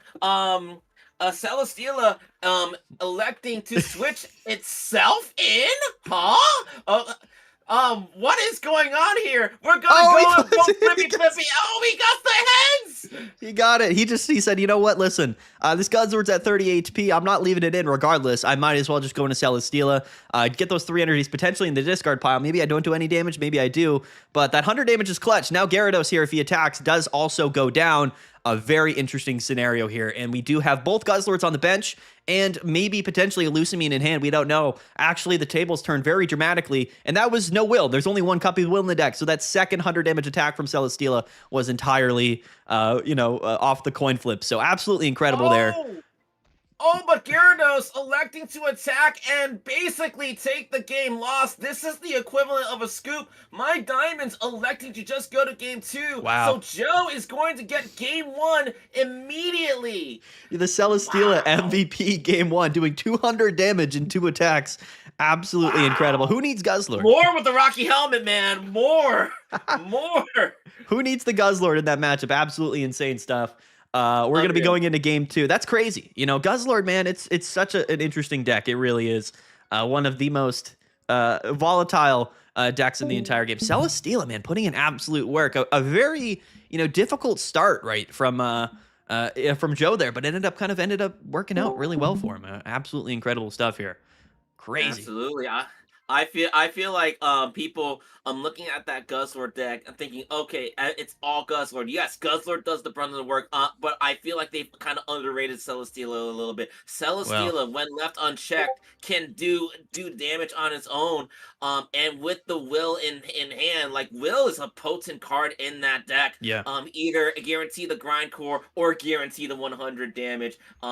There's upside to it, but we're going to go ahead and get set for game 2 here. And it looks like the Pokemon have been decided. It's Massipe. No, not Massipe. That's not Massipe. It's Mantike versus Guzzlord. It's my Diamonds to go first, and the Pokeball does drop down. We're going to see the Magikarp. And it looks like Palkia is going to get summoned. Magikarp is going to get summoned. Suicune is going to get summoned. Avengers assemble. Splashy Toss is going to go ahead and add a water energy on which Pokemon? Which Pokemon is going to get the water energy? Ooh, now we got the think tank going on here, because this first decision is absolutely critical and will set the tone for the rest of the. Yeah, I almost kind of want to, set up something that's not Gyarados here. The thing is, Guzzlord did go first, right? So theoretically speaking, it's not going to be able to attack until your 3rd turn, which means this Mantike is actually going to be able to generate quite a bit of energies in the active spot, set up for a secondary attacker. And even if Mantike goes down, it's really not that big of a deal. The Rocky Helmet does come down here in the energy, so it's going to be the slow game here for Guzzlord, and I think he's going to tank a hit regardless, and he's just going to be hoping to discard some energies, potentially wait for that Will to be in his hand. So we'll have to see. Immediately, though, we are going into the Suicune, so electing to do some valuable chip damage here. And basically, what we're going to try to do here from the Suicune player, I believe, from Diamonds, is to get this early damage off and then hope that we dodge some grindcore energy discards. I think that's probably your best case scenario, right? If you have the opportunity to get ahead of the curve with Guzzlord, you kind of have to do it, because the longer you wait, the more Guzzlord becomes stronger and stronger. So, very difficult situation here. The PCL comes out, though, so heals half of that damage that Suicune just dealt. The 30 damage grindcore comes out. Does he discard the energy? He does. How many does he discard? He discards both of them in time. Absolutely brutal. This is the power of Guzzlord. This is why it was the inaugural winner of the Pocket Mats tournament series. Just a really, really dangerous play. Now, it is at 140 HP, right, Mintom? So if he doesn't have any more healing cards, we can set up the Gyarados. Theoretically, the Leaf is in hand, so, we could... he's checking the deck list. He's checking it twice. Interesting. We'll see how this goes, right? If we don't see any more healing cards out, that Gyarados can come in and take the KO, and that could be the game there. So you never really know. You got to just wait and see what happens. Oh, he immediately Momentum has shifted here to Joe's side here. My Diamonds now electing to do the Splashy Toss to ensure to guarantee another water energy on one's bench Pokemon. Palkia is a choice, but now look at the numbers. How much does Grindcore do? 30. How much does Mantike have? 30. My Diamonds is sacrificing a game point here Yeah. to to ensure that the win condition for the end is secured. But is it secured enough? Unsure. We do see the second Guzzler drop down, Yeah. and the grindcore does come down. The coin flip does not matter. Mantite goes down. Joe is going to go up 1 point, and this is game number. Is this game number 2? This This is game game 2. number 2. This Yes, is game 2. this Yeah. is game 2. This is game number 2, but this is game point for Joe. If Joe wins this game, he is going off to go to round. They're going off to go. They're going off to the round of 16. Here. Yeah, that was actually a really important play. Electing to go into the Massipe, using the leaf the turn prior, just to kind of protect yourself potentially from getting red carded and then trapped into the active spot, with that leaf in hand previously. So I do like the play. You guarantee the KO on Guzzlord this turn. But unfortunately, now if we see a Lusamine in hand, yeah, we do. It's not looking great. It's really it's not looking great. No. Guzzlord, man, just having all the momentum this match. Now actually he just takes the KO. I forgot. There you go. That's right. It's game over. Oh It's game over. My Diamonds 1000. No more Pokemon on the bench. It is going to be Joe moving on to the round of 16. And that was absolutely quick fire. That grindcore going double heads to eliminate both water energies from Suicune. The key turning point, shifting the momentum over to Joe's favor. My Diamonds 1000 tried his best to recover and does take out the initial Guzzlord with the Wild Swing, but that was a risky play, and it was too little too late. Yeah, I mean, the games have been going so quickly this tournament here, but again, I do kind of love it. It's rapid fire, and I think that the quicker we can get into like that top 4 where we can watch both players, both matches, and then into grand finals, that's really where things start to heat up. That's where things become incredibly interesting. But at the same time, that's just sort of what this metagame is for Pokemon Pocket. Early advantage being so important. That Gyarados deck having the potential to be a really aggressive deck to really come in and kind of sweep through decks early. But Guzzlord, one of the few Pokemon that can live an attack early in the game and then also halt your opponent in its tracks with Grindcore. So absolutely insane here. Anyway, that was our top 32 game. I believe, Midtime, we actually have a top 16 game almost ready to go. I'll get that worked on right now. So just a couple of minutes, we should be able to hop immediately into top 16. Let's do a rundown of where we are right now. Elekita's taking out Baymax and he is set off to face off against Vincent Chandra in the top 16. We still have a top 64 match still yet to be played. Nabugu and Iluchin. Is anybody home? I don't know. But we're going to try to get that set up because Bounty Hunter is still waiting for their net for his opponent, so we're going to see how that's going to go out. Meanwhile, Light XZ and Nakapole 91 still in the round of 32. They're at game 3. They're tied apiece 1-1. Free Tendies and Nussel. Free Tendies is up 1 point against Nussel. The winner of that will be set to face off Robs, who's still waiting for his opponent. Again, Robs took out Lance and J-Hove. Ghost and Frank Freak 23 is a top 16 matchup. Ghost taking out Shankar. Frank Freak 23 taking out Tense Regent 4. That looks like a 1-0 victory. It looks like Tense Regent 4 may have resigned. We'll see how we're going to get a little bit more information on that. My and Sherry's plays are in round 3 of the top 32. They are in game 3. The winner will go on to face off against Bixie in top 16. Amaro P up 1 game against Suiji in the top 32. The winner of that will take on Frost 22, Nayare Poke, and Mellow Preem. Nayare Poke up 1-0 against Mellow Preem. The winner of that will take on Hamza's 007, who took out Toby SXE. And of course, we just saw Joe move on to the top 16. Joe's next opponent is a Moose, who took out Avidity in the top 32. So that's your rundown. And let's see who we are going to get up next here. Yeah, it looks like we're going to be watching Mai versus Bixie, which is actually going to be a Suicune Greninja mirror matchup. However, one is playing Oricorio, that is Bixie, and then Mai is not playing the Oricorio. So the Suicune Greninja mirror matchup, the Oricorio can throw a wrench in things sometimes. I'm actually really curious about that. This is going to be our top 16 match. It looks like things should be almost ready to go. And let's hop immediately right in there. It looks like it is at the bottom there. Bixie, can you see his VC? We'll hop right in, and we'll get into the Uh, game. is Bixie's? Let me double check to see if Bixie right now. Let me hang on before we do. Okay, looks like Bixie.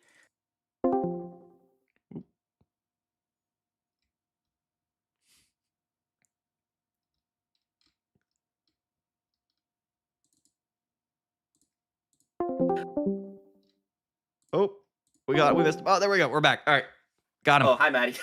I should have hit the reset button. It looks like just double checking here. It looks like yeah, Bixie is already set up to face against Mai. Mai did indeed take out Sharia's plays. It's gonna be Mai versus Bixie. That is a Suicune mirror match. Do we Let's see go. Oricorios in any of their decks? Yeah, so Bixie is playing one Oricorio, one Giratina, whereas Mai is just playing one Giratina, no Oricorio. Now, I believe that the decks are basically the exact same, except Mai has, instead of not playing Oricorio, is playing an extra Giant Cape. So double Giant Capes for Mai, and then one Giant Cape and one Oricorio for Bixie. Now, the Oricorio in this matchup can either be a massive liability or can be a really big deal, Mintom. So I'll be really curious to see how this goes. Either way, the Suicune Greninja mirror match is probably one of the more skill-intensive matchups that we've ever had in Pokemon Pocket. I know some people might not like that, how popular that matchup becomes, especially in ranked battles over the last couple of months, but it's a very skill-intensive matchup. So let's dive right in here. Game 1 of top 16, Mai versus Bixie.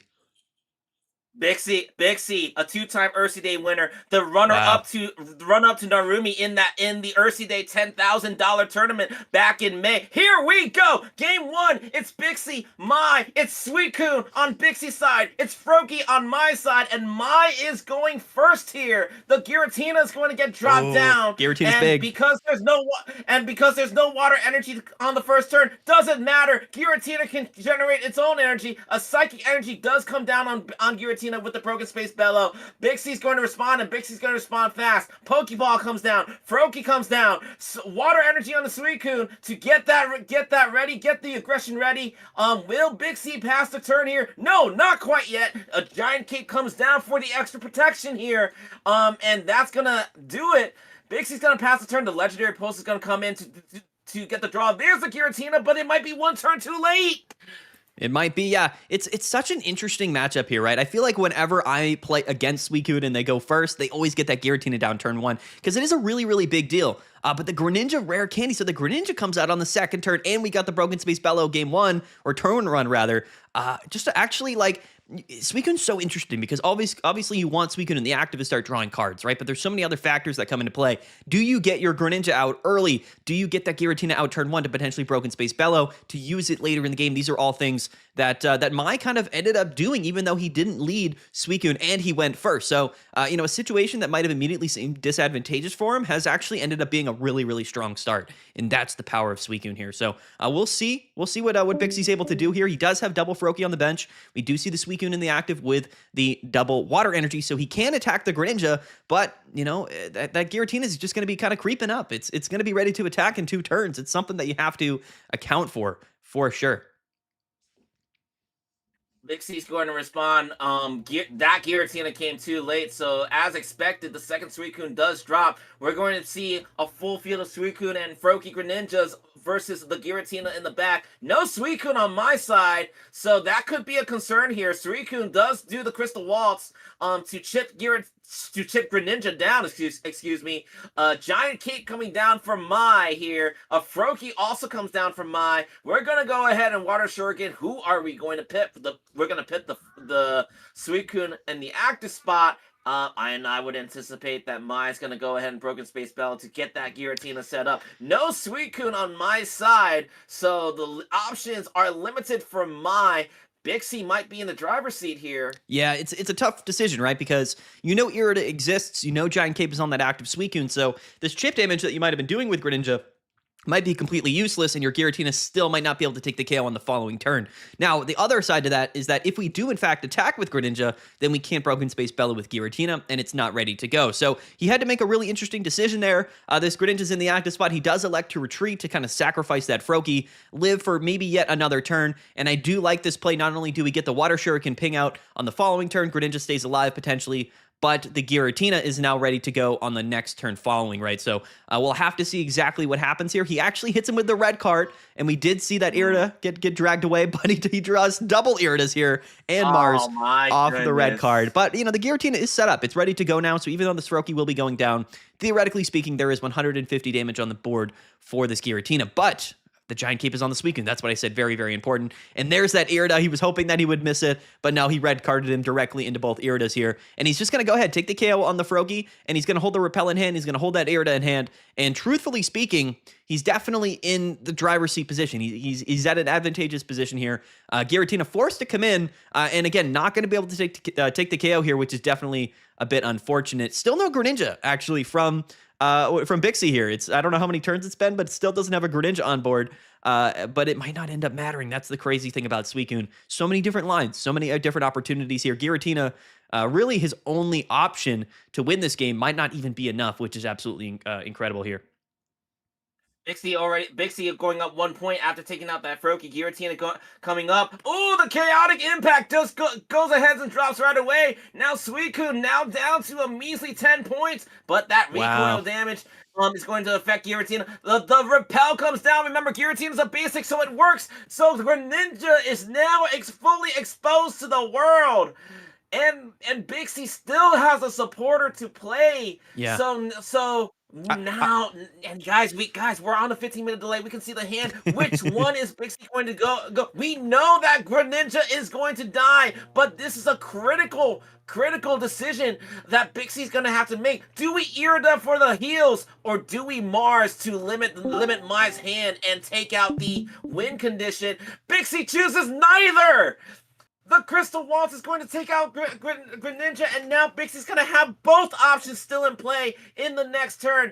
Giratina right now is a sitting duck. Bixie is up 2 points. Mai down to 0. And that Suicune in the back is ready to pounce no matter what happens. Yeah, and that's the strength here, right? So electing to KO the Greninja there is probably the smarter play, rather than, use that second Irida, which might be more useful later in the game. So this Giratina will take damage from itself. He will take the KO here, but now what happened because we KO'd the Greninja is that he can't KO the active Suicune with a Water Shuriken and then force up another Pokemon. So this was a very smart play. You always want to target the Greninjas. They're just so versatile. That damage there not only opens up Cyrus opportunities, but that damage can add up for sure. So we are going to see the Mars come down. So again, a very advantageous position here. He's basically going to be able to just chip away at this Giratina, and unless Mai gets really lucky on that Mars to 1 card in hand, it's looking to be a pretty dominant scenario. Again, still no Greninjas on the board here for Bixie. If he ends up winning this game with 0 Greninjas on his board, that is actually very impressive. But 60 damage is 60 damage, and the upside here is that effectively Giratina has absolutely no way of KOing the Suicune at 140 HP because the Greninja has been KO'd, right? So I would say that Bixie definitely making some strong plays here. Never drew into the Oricorio. This would be a scenario where that Oricorio in his deck would be very useful, but for now, looks like this Suicune might be enough. He's going to just barely live. Yeah, and there it is, the concession. And we see the concede. This is why Bixie's one of the best in the world. Option A, Irida. Option B, Mars. Bixie chooses option C, which is, who cares? Just attack. And this is why he's one of the best in the world.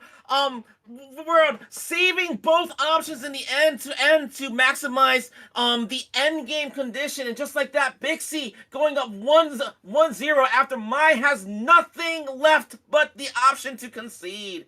We're going to go on to game 2 here. Yeah. And what you'll notice, honestly, and what I think is very underrated about Suicune is Mars, right? So you'll often see one copy of Mars in the Suicune decks. In the mirror matchup, it is exceedingly useful. It is probably one of the most important aspects of the deck list, honestly, just because it allows you to come from behind, right?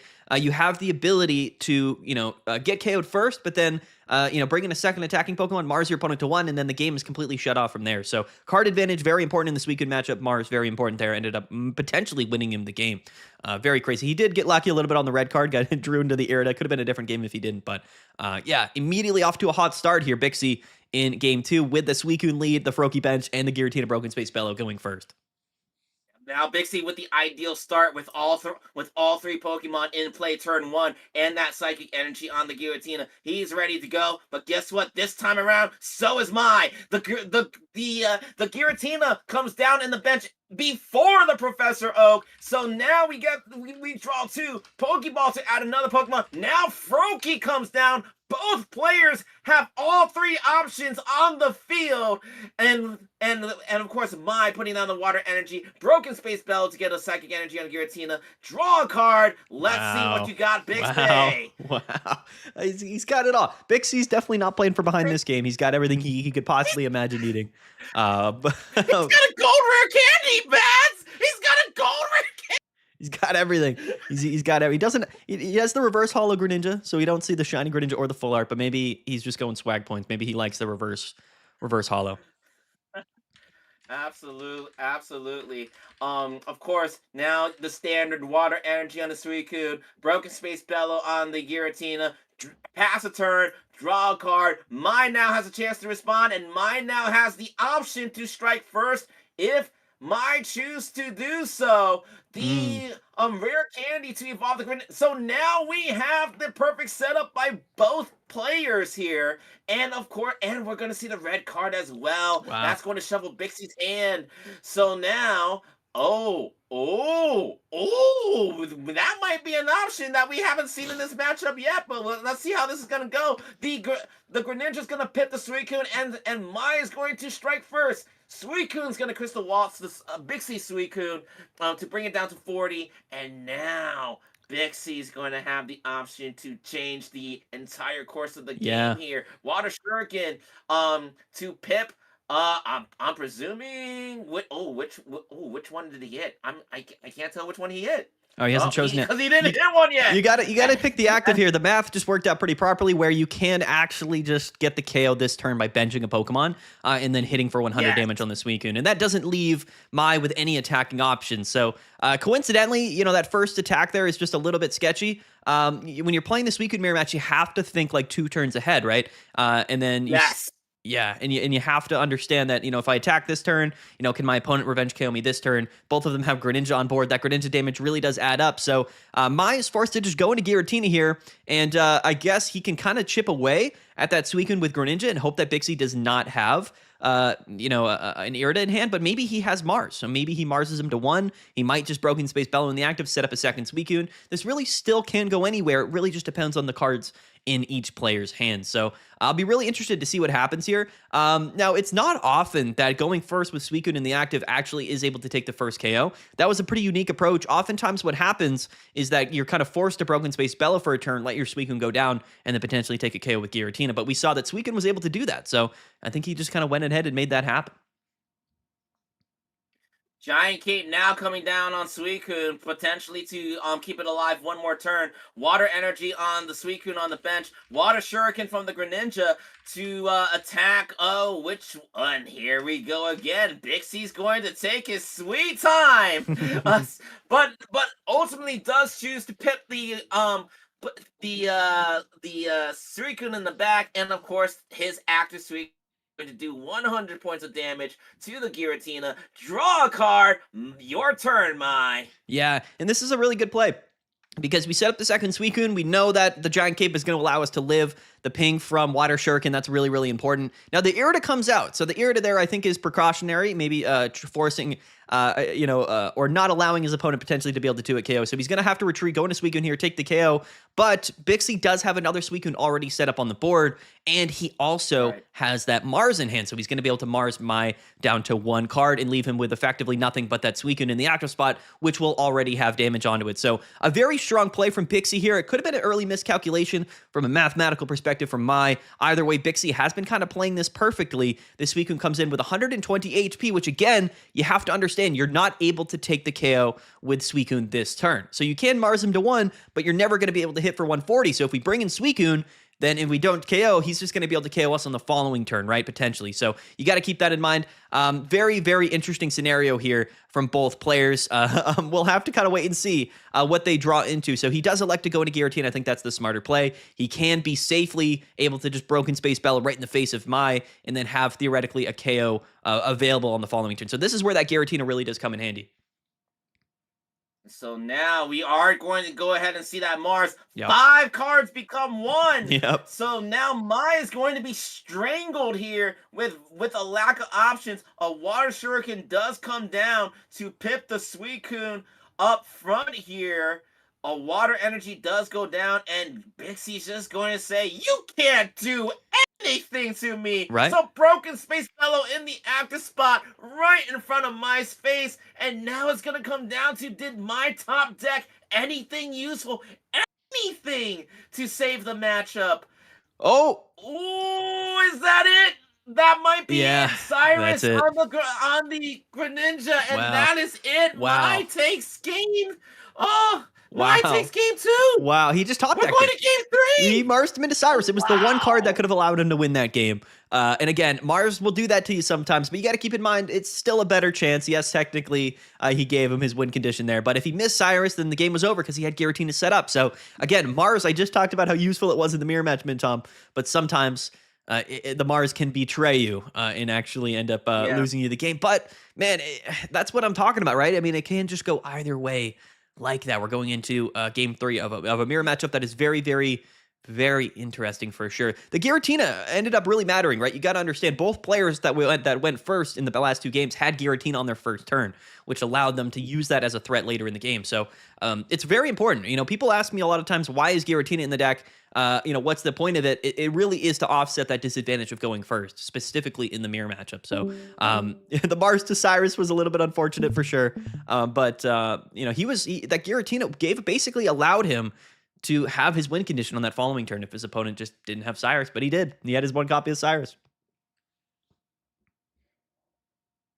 You have to consider that Bixie actually did make the correct play there. Yeah, with definitely. with the Mars spring. The odds just didn't. The odds were in Bixie's favor to continue that match and prolong it. And so like Mai only has 1 Cyrus in the deck, so the odds of Mai drawing Cyrus in effectively 2 cards very, very low. So but that's one of those things where Taj would say that's pocket, and I would understand where that comes from. I used to play poker. We know how outs work, okay? You can literally do everything right, but your opponent will hit that flush draw to beat your That's nut right. straight. That's We right. get it, man. So we get it, man. But just like that, but Bixie does have a game in hand. Mai does have a game in hand. We are going to game 3. We're going to get started. Well, it is time, and we got the same setup from before.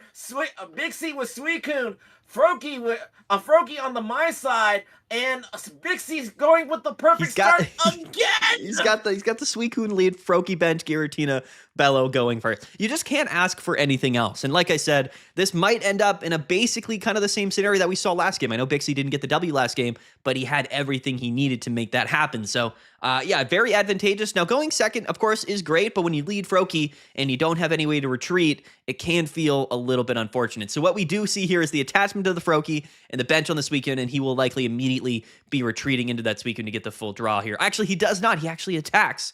And that to me is very interesting. No Giratina, no nothing, right? So maybe he's really hoping for that Greninja turn 2 to potentially, get some damage off on this weekend, right? So kind of forcing his opponent to Broken Space Bellow a couple turns in a row. If the Froakie does get evolved into Greninja this turn, some valuable damage could come off here onto Bixie's Suicune. But then again, he has that Giratina, right? So if he didn't have that Giratina on his first turn, then that's not an option. It wouldn't have been an option for him, but now it is. So we do see the Greninja. That play was a little bit obvious, right? Because he got the damage down, Mintom. But like I said, what's stopping Bixie from just going to Broken Space Bellow again? Like there's nothing that stops him from doing that. It completely opens up another win condition for him later in the game. Just incredible that he got Giratina out again on that first turn. Absolutely, Mai. Now with the Greninja, Water Shuriken, pipping the Froakie in the back. Very, very interesting. Does still have the... Ooh, and the Cyrus comes out. Oh. So, Mai targeting the Froakie immediately. That's big. No Greninja for you, says Mai. And just like that, Mai's going up 1 point, and Bixie does not have the option to chip.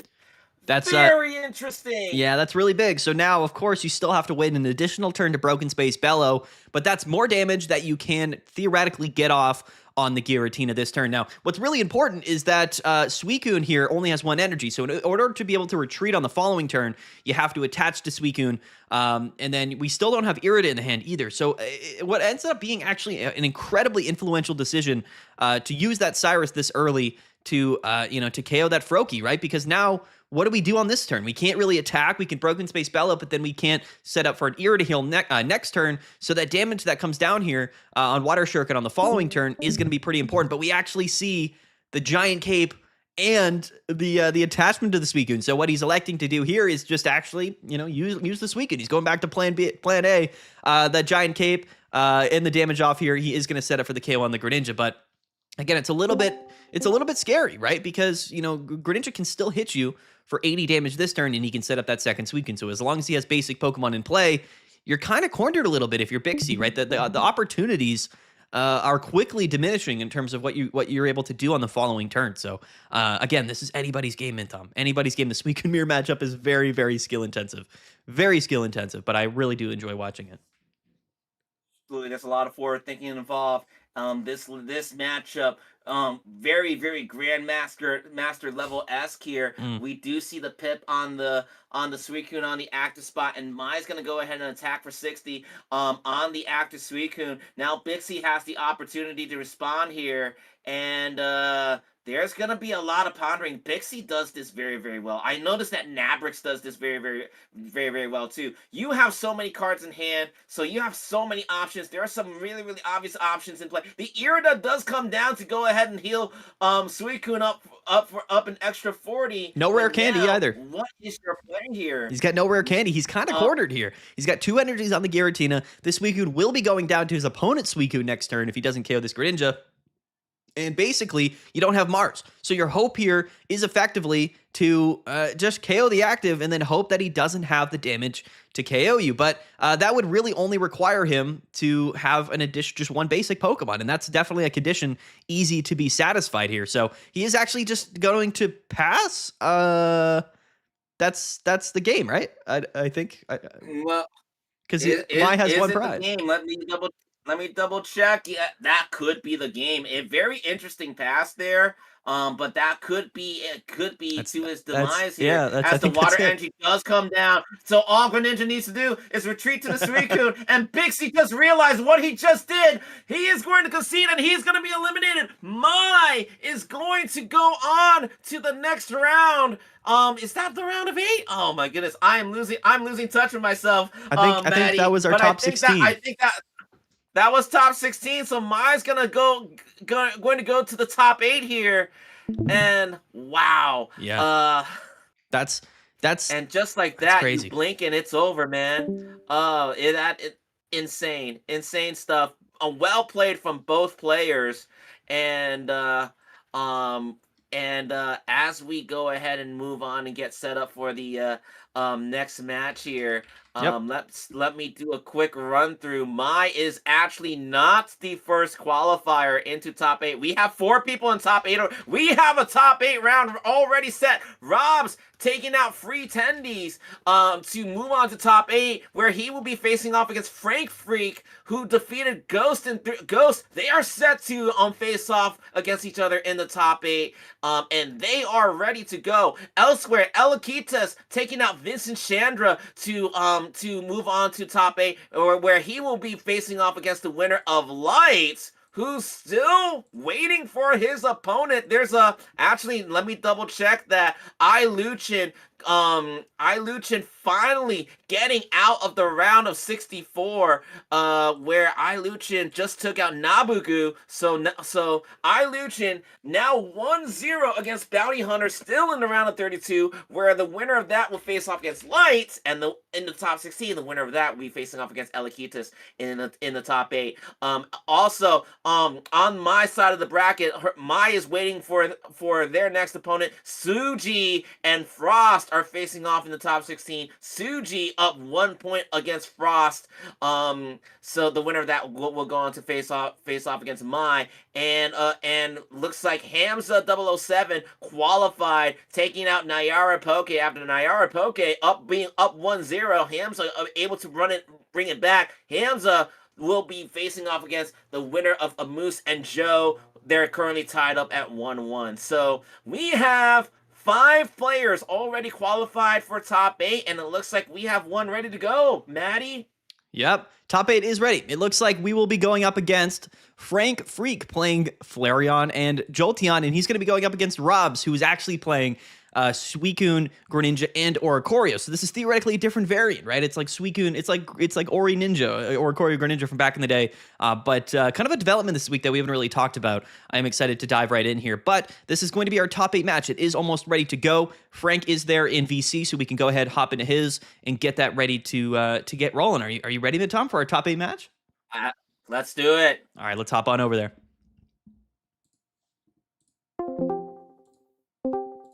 So off topic, Mads, do you watch soccer at all? Oh, hold on, we got to he's watching ourselves. That's cool. Okay, say that one more time, Tom. What were you asking? Off topic, do you follow soccer at all? You know, I actually do not follow soccer, ironically, but okay. Do you know at least of some of the major World Cup rivalries between countries?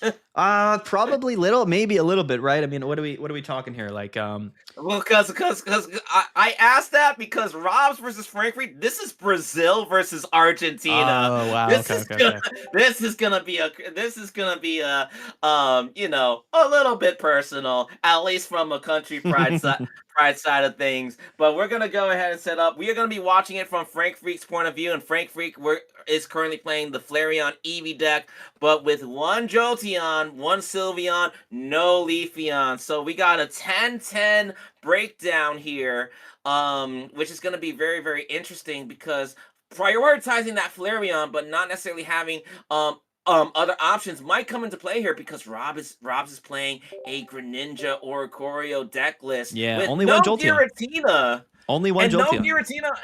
No Giratina on Rob's side. Right. It's 2 Oricorios. This is gonna be a very, very interesting match. Will the lack of Oricorio options come back to fight Frank? We're going to find out right now.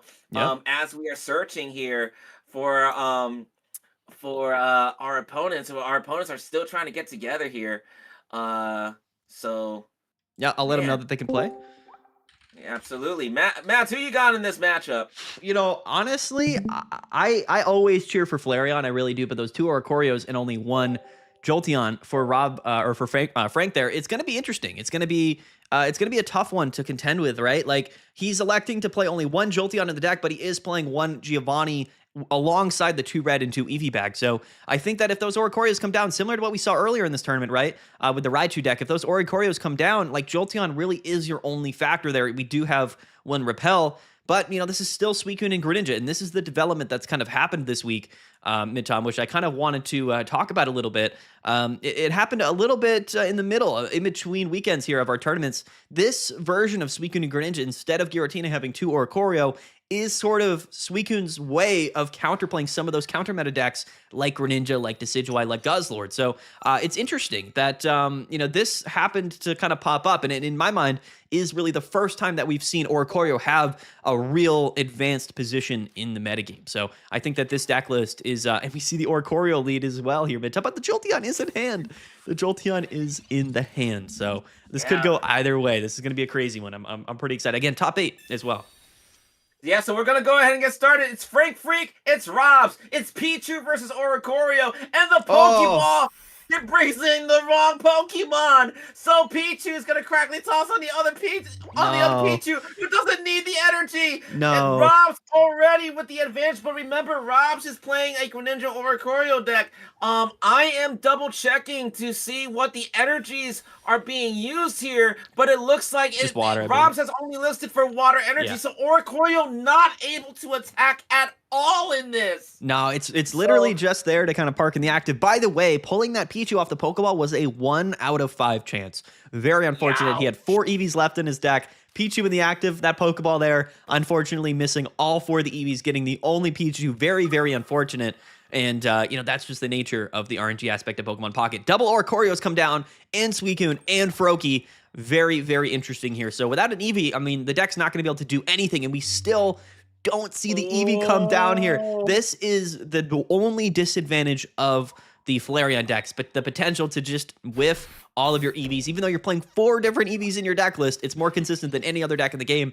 This can happen. Massively unfortunate. We now have a Pichu on the bench with 3 energies. That should be a Flareon or a Jolteon, but it's just not. And the Greninja comes out here immediately, turn 2 for Rob. So absolutely crazy. I mean, this is like the worst case scenario, the worst nightmare for the Flareon player, all coming into one here. And he is just going to target the Pichu on the bench because why not, right?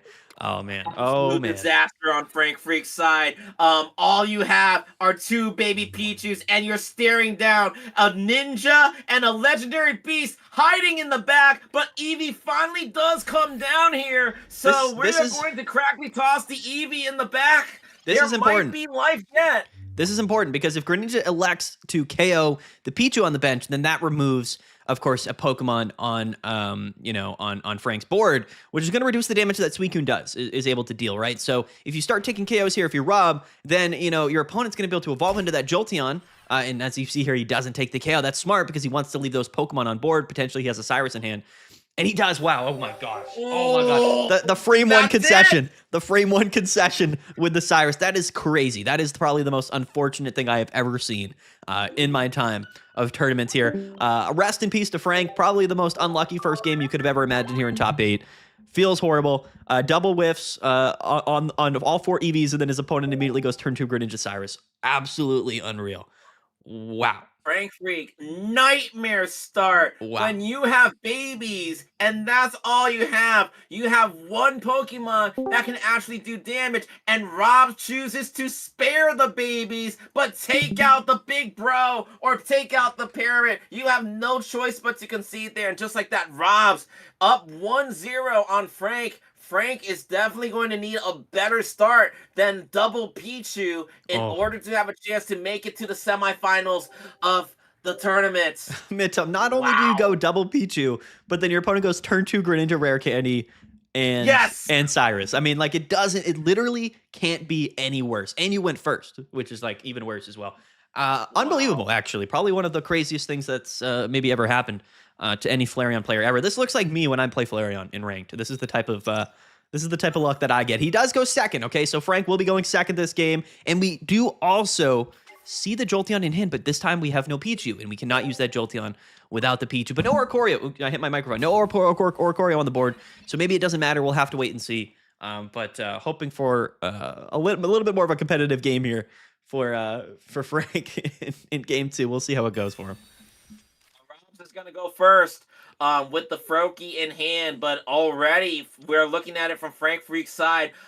It's not as bad as game 1, but no Pichu, which means no ability to activate the Jolteon. So it looks like Frank Freak probably gonna have to hard commit to the Flareon here. We do see the Professor Research come down to draw 2 and another Pokeball. Another Eevee comes out. Now this time it's the Pichus that are hiding from the battlefield right now. It's a little unfortunate. Frank Freak at least does get a little bit of offense down. Eevee will bite the frog for 30 damage. Do we see the turn 2 Rare Candy Greninja, though? That is what I am genuinely curious about. This damage with Eevee actually is fairly relevant. Without any Oricorios on board, you can still threat the damage here with Eevee and then have the Flareon on the back line that you can start setting up next turn. But if the Oricorios come down, and we see the second Professor's Research, so back-to-back researches, pretty likely that we see the Greninja come out this turn. Not that it will be able to attack, but it's fairly likely that we do see it here, which is going to be important. The Suicune gets benched,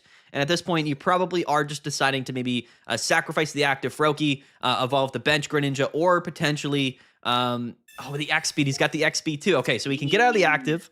That's important. He's probably definitely going to want to go into that Suicune here, but you also have to worry about the Flareons, right? Because Flareon can KO Suicune pretty easily. So, no attack here, of course. Suicune can attack the second Suicune, so no Oricoriums on the board. That is going to be important here because it's going to allow Flareon to basically do what it does and just start taking KOs. Now is Frank Freak to respond here.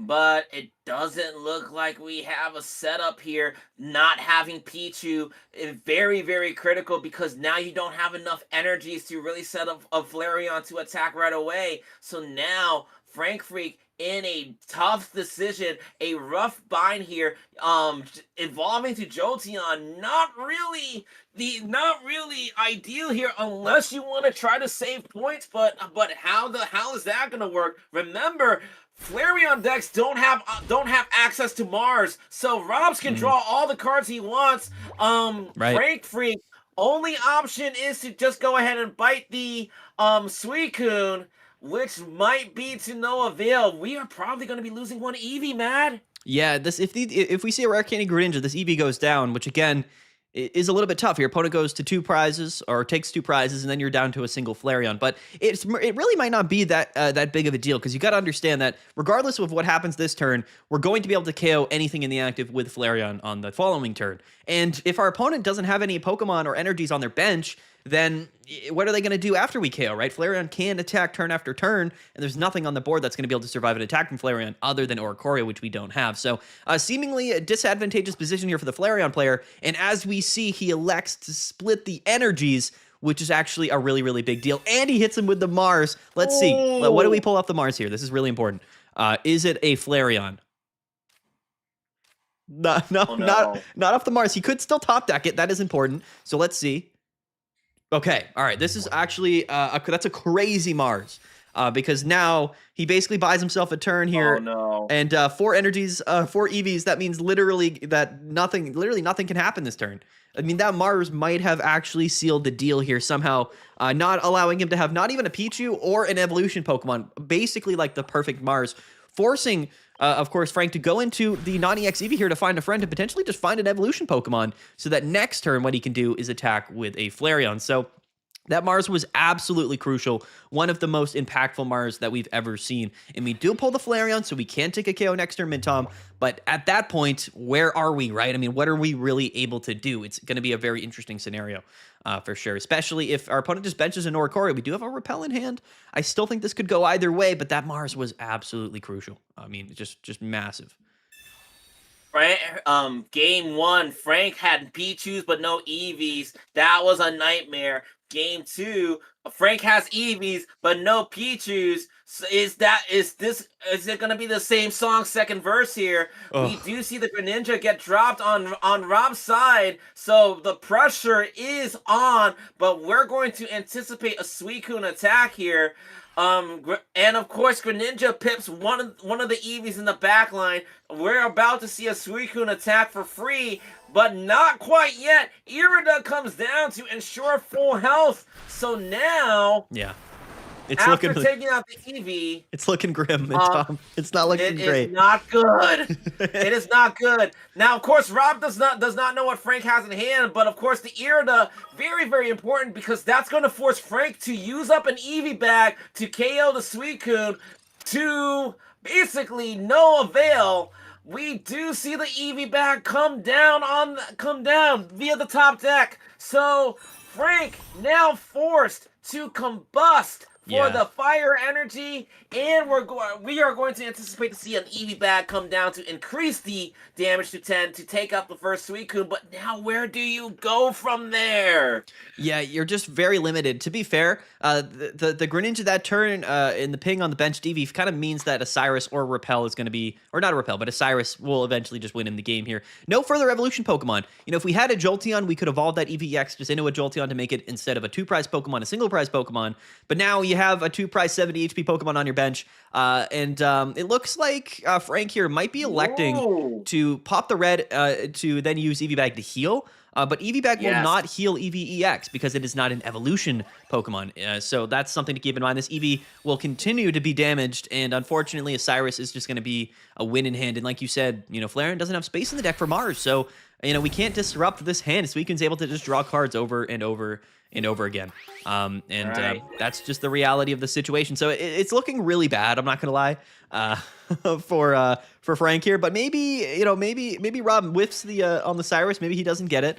Although it's very likely that he does. I will say he's got the It's concession ready. 6 cards in hand, Maddie. 6 cards in hand. A Pokeball is going to go ahead and thin the One deck, card. but He's got one card in his deck. oh my Oh wait, goodness. did he use the Cyrus early in the game? I think he might have already used it at the beginning, right? Or was that No, last game? it was no. That was in the last game. That was in the last game The where he second Greninja brought the actually Pokeball. just kind of does it. I'm not gonna lie. So, yeah, I think even without Cyrus, he might True. be BMing. He might be straight up BMing Frank here. Although that Cyrus could theoretically be the very last card in his deck. No, he got There it BM'd. He got is. BM'd. And Unbelievable. Getting BM'd in top Frank 8 is insane. seeing the Cyrus and hitting the concede button immediately. Oh, the insult to injury as Robs KOs Frank and moves on to the top 4. Ouch. That was one of the most aggressive BMs I've ever seen. Ugh. Absolutely insane. Yeah, Uh, I hate to see it. Before the players talk to each other in the limitless chat, let's get out of there. What an incredible what an incredible top 8 match. Just unfortunate, back-to-back unfortunate opportunities there for the Flareon Jolteon player. I would say that the matchup there isn't great. I mean, I would say it's fairly close to 50-50, but the Suicune plot armor is real. And we're probably going to see Suicune just dominate. You got to understand, Suicune Greninja still one of the best decks in the entire game. And you also got to understand that the vast majority of people that made it into day 2 mid-tom were playing this deck, right? So at the end of the day, there's just a great likelihood that you're going to face this deck high up in top cut, and that it potentially is going to have a great chance to win the tournament, right? So, that's just the reality of Pokemon Pocket right now. That's the reality of the games. But that was our top 8 match, mid-tom. So at this point, we are going to be, moving on to our top 4, which is great because we get to showcase both top 4 games and then the final. So we have 3 games left on the live stream until the championship goes. Which is going to be really interesting. We may have to I may have to hold you off on the top 4 because right now Robs is the only one in the top 4. We have two games still in top 8, and also Elakitas is still waiting for his top 8 opponent as Iluchin does move on to the top 16, taking out I believe I'm scrolling as Iluchin does take out Bounty Hunter and is currently facing off against Lights, but Lights does have the advantage of Iluchin. There's still a top 16 round game still in play, so Elakitas is forced to wait. We might be looking at another top 8 match, Maddie, because we have Mai versus Suji, and we have Hamza 007 taking on a Moose. Yeah, if we have another top 8 that's yet to be played, potentially maybe we kind of get that going here. I believe that both Mai and Suji, as well as Hamza and Moose, have probably already begun their games. So we might just take a quick intermission. Maybe we watch. We're going really quick, so we do have a lot of time. Maybe we just catch that top 8 match between Elakitas and the winner of Lights and Iluchin. So we'll kind of maybe take a little bit of a couple minutes here to gather our bearings here. Maybe watch that top 8 match and then immediately go into top 4. So maybe we get a double top 8.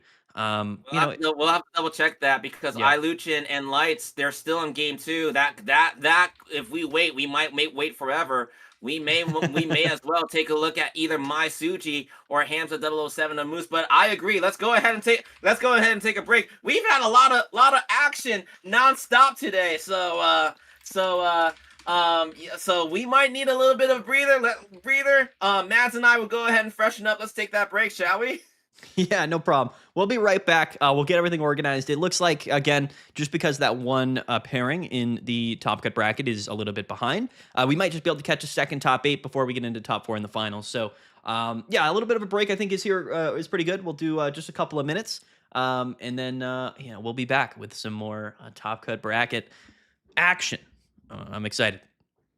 All right, let's go. Let's do it. We'll see you guys in about 2 minutes. All right. You guys are watching the Pocket Mats Tournament Series number 3. $200 on the line. There are 8 players left in it. Let's see who's gonna win it.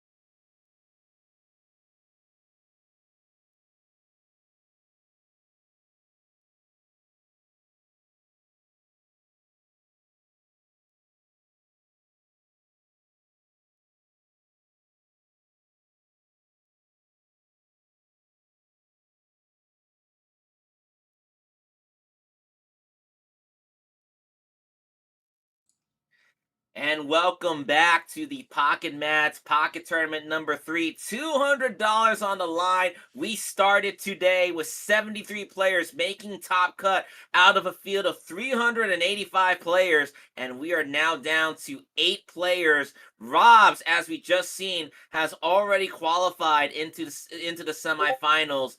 And we are set off to take a look at Elakites, where he is awaiting the winner of iLuchin and Lights XZ, which that match is currently on a game 3 right now. Yep. Matt, great tournament. How you feeling? Dude, I'm feeling great. I really am. I'm just happy that we're able to get this going. Again, Taj not able to make it today, but I'm just happy that I got my main man mid-time here. We're having a good time. And, you know, like Pokemon Pocket right now is so interesting because we really do have so many new decks, so many new developments happening week after week after week. Even though in this this season we didn't get any really new cards, right? We got the Deluxe Pack EX, but we didn't get a new expansion. Everybody is kind of looking forward to B1 in that 1 year anniversary update coming up. But so many changes have happened over the last few weeks, Mintom. It really still feels like a fresh metagame. And of course, we're absolutely blessed to be able to bring these tournaments and give an opportunity for all of the best players in Pokemon Pocket to compete. You know what I mean? So just really exciting. We have a bunch of actually pretty big things coming to the tournament series potentially next week or in future weeks too. So there's a lot of news around the corner that I'm excited to share. Not much that I can mention right now, Midtom, but big things are going to be happening. So right now we're kind of just waiting. We're waiting for that the last top 16 match to wrap up. We will be watching yet another top 8 match. And then we'll be going into our semifinals and our finals. So we have 4 more matches to play today, all of which are going to be very, very competitive. I actually need to go ahead and set up the the overlay for the next match, Tom. So I'll let you go for the next couple of minutes here. I think you don't need to change much because I will say this. I am looking at the players that are left. We were just excited to see if any of our new decks, we have 23 different archetypes today in the top cut. Would any of them be able to stand up against Suicune? The players that are left right now, with the exception of iLuchin, who's still fighting it out in the top 16, all of them Suicunes. All of them. There are variations, however. Some run Oricorio, some don't. Some run Giratina, some don't. But the ones that are left, it's Suicunes everywhere, man. Is that really all that's left in the tournament at this point? Mid-time? Is it all Suicunes? I am I will triple check for you, but last time I double checked, that's all we had left. Oh man, yeah. So that's kind of what's happening, right? Like that's the development. Theoretically Yeah. speaking, they're different decks. So even though they're all Suicune and Greninja, what we're seeing here is that Oricorio variation, right, of Suicune and Greninja, kind of taking place as the counter meta deck, right? So the way that things had formulated going into last week was decks like Flareon, Jolteon, like Charizard. Those were decks that were able to kind of capitalize on a distinct, very good matchup into Suicune and Greninja. But then what we saw was a big portion of those Suicune Greninja decks just cut Giratina, play double Oricorio, and now they have basically a direct answer for those counters. So not only is Suicune Greninja the best deck, the meta driving deck, Midtom, but now it's also the counter to the counter meta itself. So Suicune Greninja almost covering every single one of the bases, really looking to be the new main core, at least right now for the remainder of the season, that most players are either going to have to deal with. So what we'll likely see is a correction again in the metagame to maybe some decks, some archetypes counterplaying the Oricorio Greninja Suicune deck. But for now, those are really two sides of the coin that are at the very forefront of the competitive metagame. It's just the reality of things. So that's what we're looking at. That's the development going into this week. Kind of crazy. I was hoping that those kind of counter meta decks, the Charizards, the Jolteons, things like that would kind of swoop in. But yeah, no, this new Oricorio Greninja Suicune deck really does kind of beat everything other than Midtom, actually Suicune without Oricorio. So that's the interesting thing. It's like, you're either playing it with or without Oricorio. Either way, you're either beating Oricorio or you're beating everything that's not Suicune, Greninja, or Oricorio. So it's a weird dynamic, but it really just goes to show, I think, how absolutely overpowered the Greninja Suicune combination is. And flexible, to be fair, and flexible. Yeah. Yeah, it's kind of reminding me of before Secluded Springs comes out. It's kind of reminding me of what Dark Red Giratina used to do. Yeah. Dark Red Giratina came out swinging. It was the dominant deck at bad timing too, because that the first season rank came out. That's when Dark Red Giratina became extremely relevant, and it just hasn't gone away. It has evolved over the years. With the addition of, say, for example, a silver, including a silver on there. I've seen the Komala being used as a variant. Yeah. People trying to bring in the Oricorios for a little bit. It's kind of been able to adapt and evolve, whereas other decks have kind of like fallen to the wayside, Yeah. having to trade Pokemon for other Pokemon to try to stay relevant, if at all. Yep. So it's giving me that those Dark Red Giratina moments where Giratina, ironically Oh, enough, the Suicune Greninja um Giratina stuff, it's almost as if Darkrai got traded for Suicune, yeah. for the Basically. most part. Yeah. So, by the way, Midtime, it does look like, is it Lights that has maybe moved on to Yep. past Illuchine, which is again going to be another Suicune Greninja player. So let me go ahead, communicate with them, Yep. um, and we'll get their match set up because I do need to update Lights info here. So yeah, it looks like we will be getting another Suicune Greninja mirror matchup here as the last match in top 8. Yes. Illuchine was playing Pikachu Tapu Koko, but unfortunately was unable to get past the absolute insanity Yeah. that I, is. I was just watching his match on his stream. He is not particularly happy right now. That is it. The last non-Suicune player, Luchin, falling in the round of 16. So we are going to see Suicunes dominate from here on out. But the story is gonna be the variations, the Oricorio versus the non-Oricorio, right? The Giratina versus the non-Giratina. The minute differences between decks now are going to be analyzed even more thoroughly as we move forward in each and every single match, because those minute differences, yes, you're gonna see Suicune and you're gonna see Greninja, but the options that the players are choosing to include in these decks, even if it's off by just one card, Yeah. they matter more than ever now. Yeah, and what And we're I gonna can't wait to see, see. we're going to see Midtime here. I think is the exact mirror here. So I believe both decks are the exact same, right? 2 Irida, 1 Research, 1 Leaf, 1 Mars. Both players running literally the exact same 20 card list here. So again, I would say that this is kind of how I would elect to play Suicune Greninja if I were to play it again. I do think that the Repel is needed. I think the Leaf is really really good as well. 2 Irida required, and then Mars and Cyrus as one of I think are really important. So both of these players playing just a complete mirror match here. It looks like that's going to be probably the remainder of the games, is what you said. Everybody remaining here in top 8 looks Yes. to be playing some variation of Suicune and Greninja, whether that's with Oricorio or with Giratina or whatnot. But here we go. Our last top 8 match, game 1. We are watching from Elokita's perspective. And yeah, Minton, let's just get right into it, man. I'm actually, Yeah. I personally like watching the Suicune mirror. I do, but I know, Yeah. some people might not. Uh, Well, you know. it's in the mirror match, you would think the more experienced player is going to go ahead and win more of the time, and that's gonna. And I'm looking at this. This is gonna be Elakitas. We're gonna go ahead in game 1. Elakitas is 11-0 Oh in my this gosh. tournament. The number 1 seed will be facing effectively himself in Light XZ, which, by the way, Also a great player. I will confess.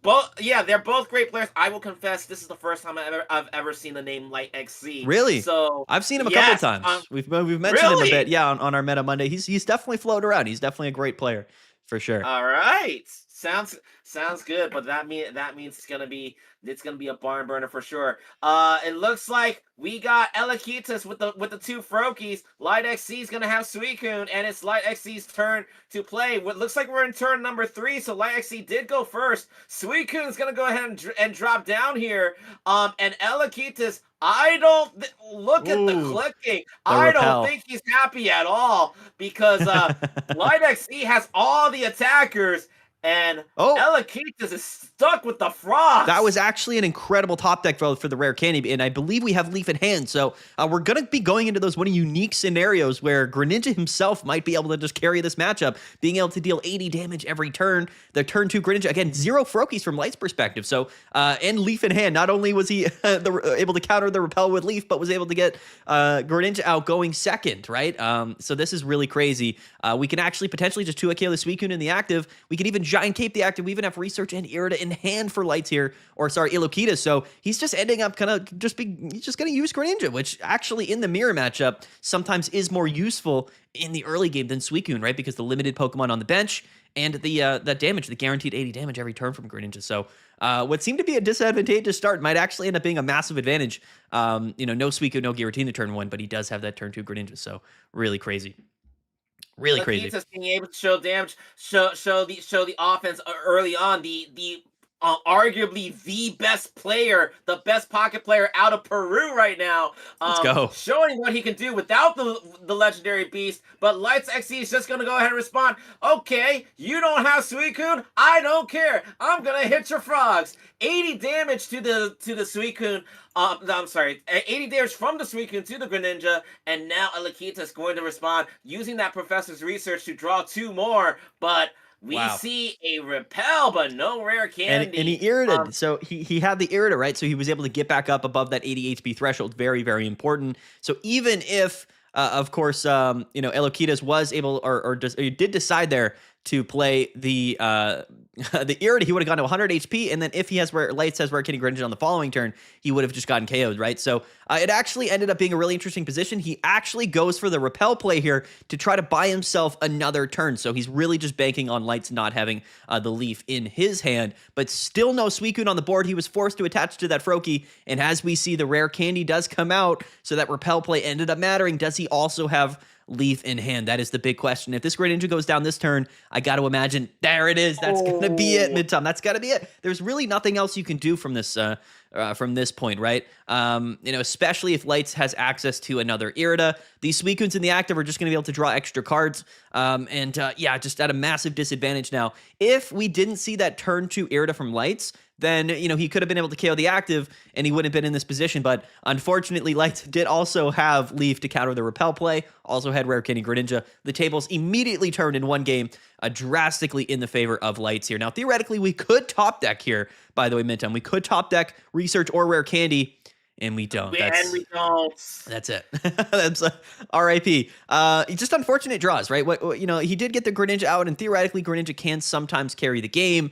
He might be kind of thinking, maybe I shouldn't have benched that second Froakie. Maybe I should have just kind of stayed in the active. Maybe the Irida would have put me at 120. I would have kept him safe. I would have been able to at least stay in for another turn. But he did bench both of those Froakies, so inevitably did end up taking 80 damage on that second turn.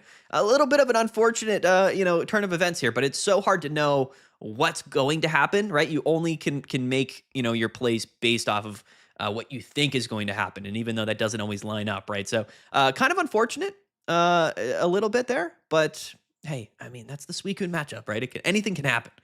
Anything can happen there. And just like that, Elakitas is now running from behind. Lights up 1 on Elakitas. Elakitas definitely going to need a better start here. Do we see it? I think that's a better start right there. For sure. It's gonna be, the roles have been reversed. Elakitas now going first, but does have Suicune in play. Lights is forced to put out the Froakie on the active spot. So we are going to see a very, very different result here. That's crazy. And we see him draw into both Rare Candies with the Froakie off the Pokeball. He does hit him with the Repel. These Repels are absolutely crucial. They really are. So no other basic Pokemon, though. The Repel attack is the only play available. Absolutely insane. However, he does have Rare Candy Greninja. So the Repel here, theoretically speaking, is going to stop Elakitas from drawing a card this turn with Suicune, but he is just going to be able to start setting up the Greninja here. So, like you said, the tables have turned. Going first here, again, you can't ask for much more other than turn 2 Greninja Suicune lead, right? So, we'll see how this goes.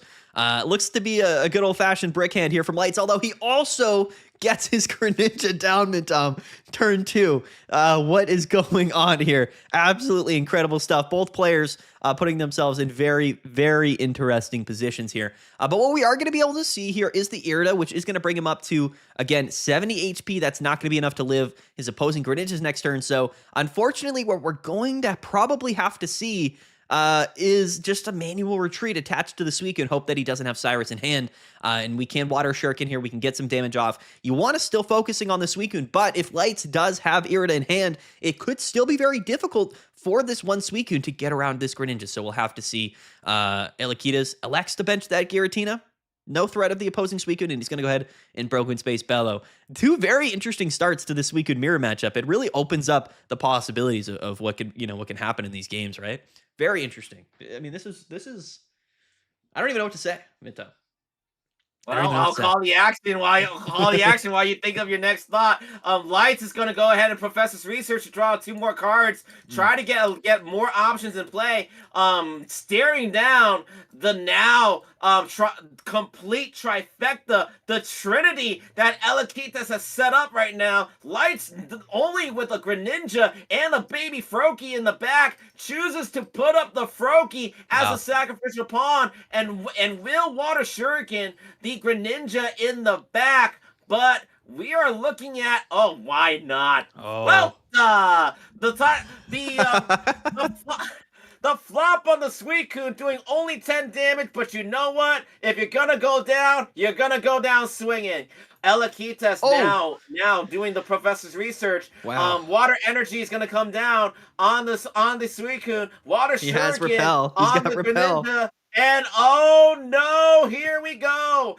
He's gonna play the Repel to bring up the Greninja, and he's now gonna cape it. Wow. Why not cape the Greninja to secure the victory? That Greninja is gonna go down. Yeah, it's Crystal looking. Pulse It's on looking, the Greninja. man. It's looking real tough. It's looking real. The only hope right now is to have another Rare Candy Greninja for Lights. This turn to hit him for 80. But then what do you do on the back line, right? We see the Irida. The Irida top deck there is absolutely massive for Elakitas. So yeah, man, it's kind of like the roles were just in. Oh, he has the Cyrus. No way does he have Rare Candy Greninja as well, though. There's no way. He doesn't. Okay. I was gonna say if he had it there, that would have been an absolutely insane play. But yeah, no, it's tough, right? I mean, the roles were immediately reversed that game. One player had a lot more available to him than the other, was relying on the kind of the solo Greninja. It's kind of crazy how that happens, right? The complete flip flop of opportunities given to both players. But maybe in game 3, maybe we just see a complete like dead even stalemate here. We'll have to wait and see. But the mirror matchup, it's unbelievable, Mintom. It really is. They have split the games and they have split the fortunes. One player receiving bad luck on game 1, the other getting that bad luck in game 2. So now we are going to a critical game 3. Only the winner will move on to the semifinals. And just checking on the pairings really quickly, I believe the winner of this match will take on Robs, who we just saw take out Frank Freaks Flareon in the last match.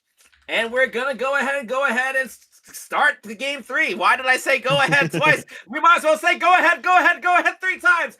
Froakie on the Elakitas side. Lights has Suicune, and Lights is gonna go first. Froakie coming down on the bench. Another Froakie coming down on the bench, and we're gonna pass the turn. The legendary pulse is gonna allow Lights to draw a card. Elakitas is gonna respond immediately and fast. Pokeball coming down. Suicune coming down. The water energy on the Froakie and the giant cape on the Suicune. You know what? I think I'm gonna say it. Volta! The flop on the Suicune on Light side is going to give Elakitas a slight advantage, but not too much. Ooh, the turn 2 Rare Candy Greninja comes out, Mintom. They both have it, in fact, which is actually really interesting. He likes to stay into Froakie just to deal that 10 damage and not go into Suicune to draw the cards here. What we have to understand is that either way, they're both going to have Suicune and Greninja ready by turn 2, right? So the player going first, theoretically, is going to be behind on energies. It's tough to lead Froakie, though, because without a Repel play, you're just behind, and you're not really able to get that Suicune up and running. So I think what we probably are going to rely on here is potentially, just Greninja holding his own in the active for a turn. Maybe we get some damage off. Well, I mean, there's so many interesting decisions to be made here, but one thing is for sure. Oh, the repel. He chopsticks the repel, Tom.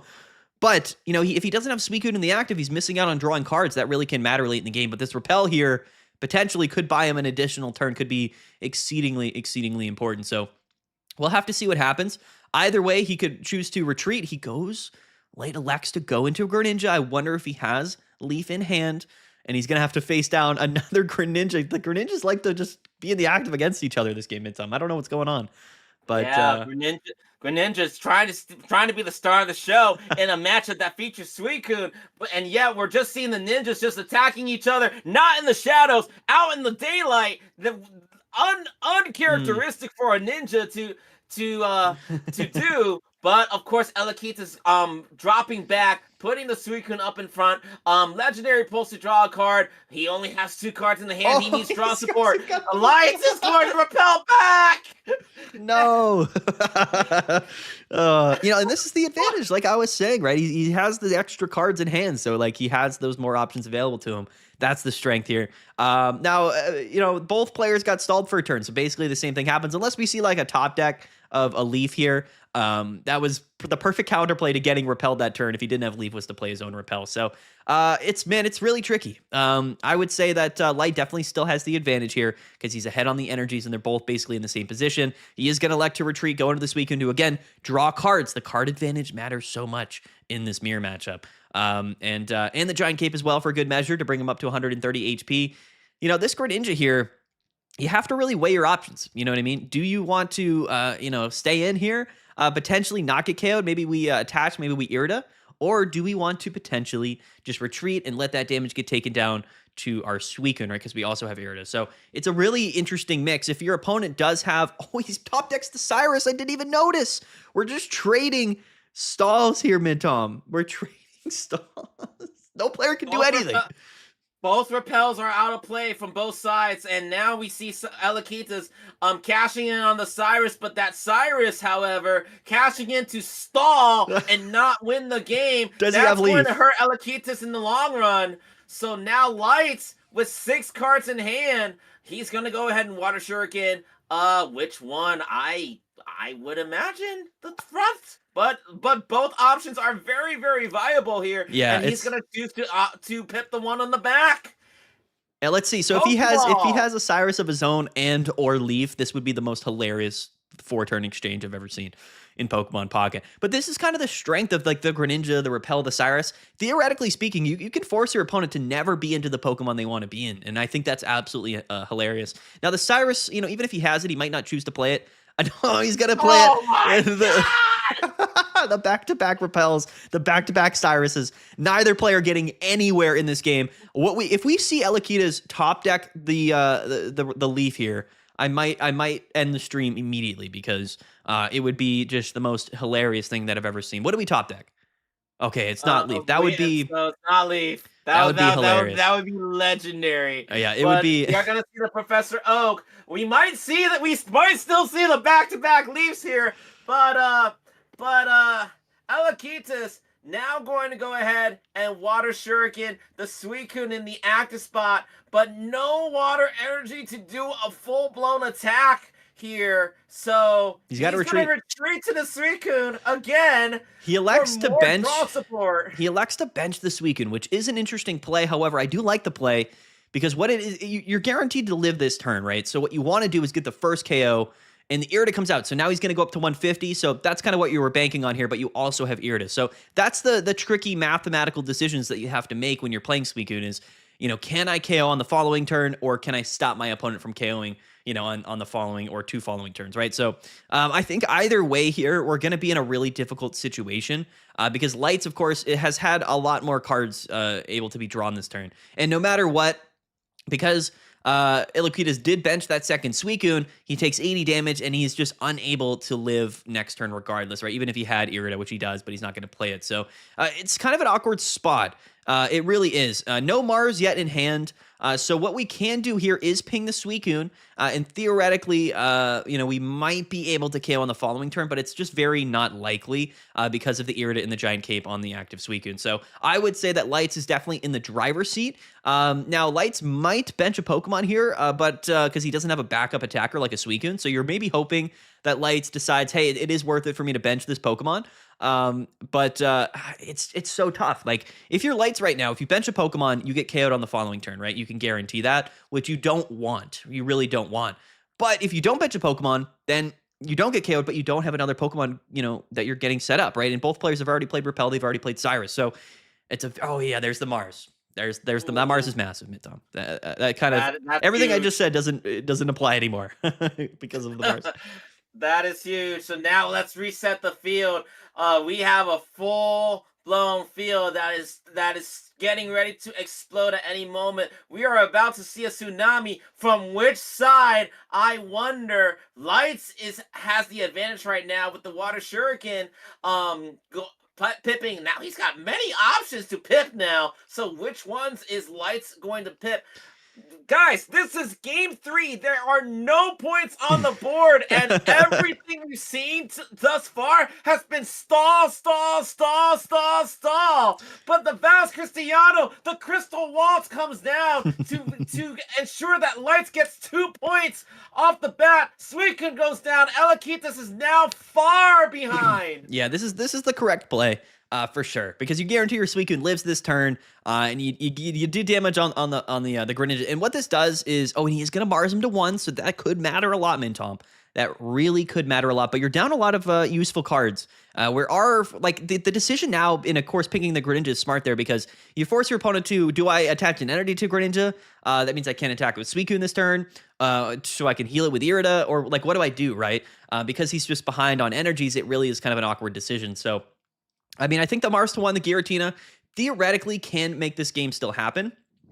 But it's going to be very, very difficult because the Suicune is primed and ready to hit for 100 to 120 damage next turn. I just can't really see a scenario, unfortunately, for to Elaquitas to kind of make his way out of here. It just seemed like Light had an answer to every single play that he made throughout the game. So, unfortunately, he does still actually elect to ping the Suicune. That is going to be the primary focus. We have to eventually KO it. But what Lights can do here, right, is just ping the Greninja and then force Elaquitas to have Irida. But we know he does. So it's a very, very interesting dynamic. Like, this is one of the more interesting games that we've seen all day today. Oh, he has Irida. He Marsed him into Irida mid-tom. Oh, no. That's it. I mean, I don't know where you go from here. I honestly, I don't know if you can. I don't know if it's winnable because, I mean, you can't KO Suicune this turn. Your Greninja's at 40 HP. You're forced to Irida to heal the Greninja next turn, which means you're not healing the Suicune, which means he's going to 2-hit KO you. It really doesn't look good. You don't have Cyrus available to you. The Mars failed you. It's just, man, it's not looking great. I'm not going to lie. It's not looking great for Elaquitas here. Man, it's crazy. Lights, I mean, he had it all. He had it all, Mintom. The entire game.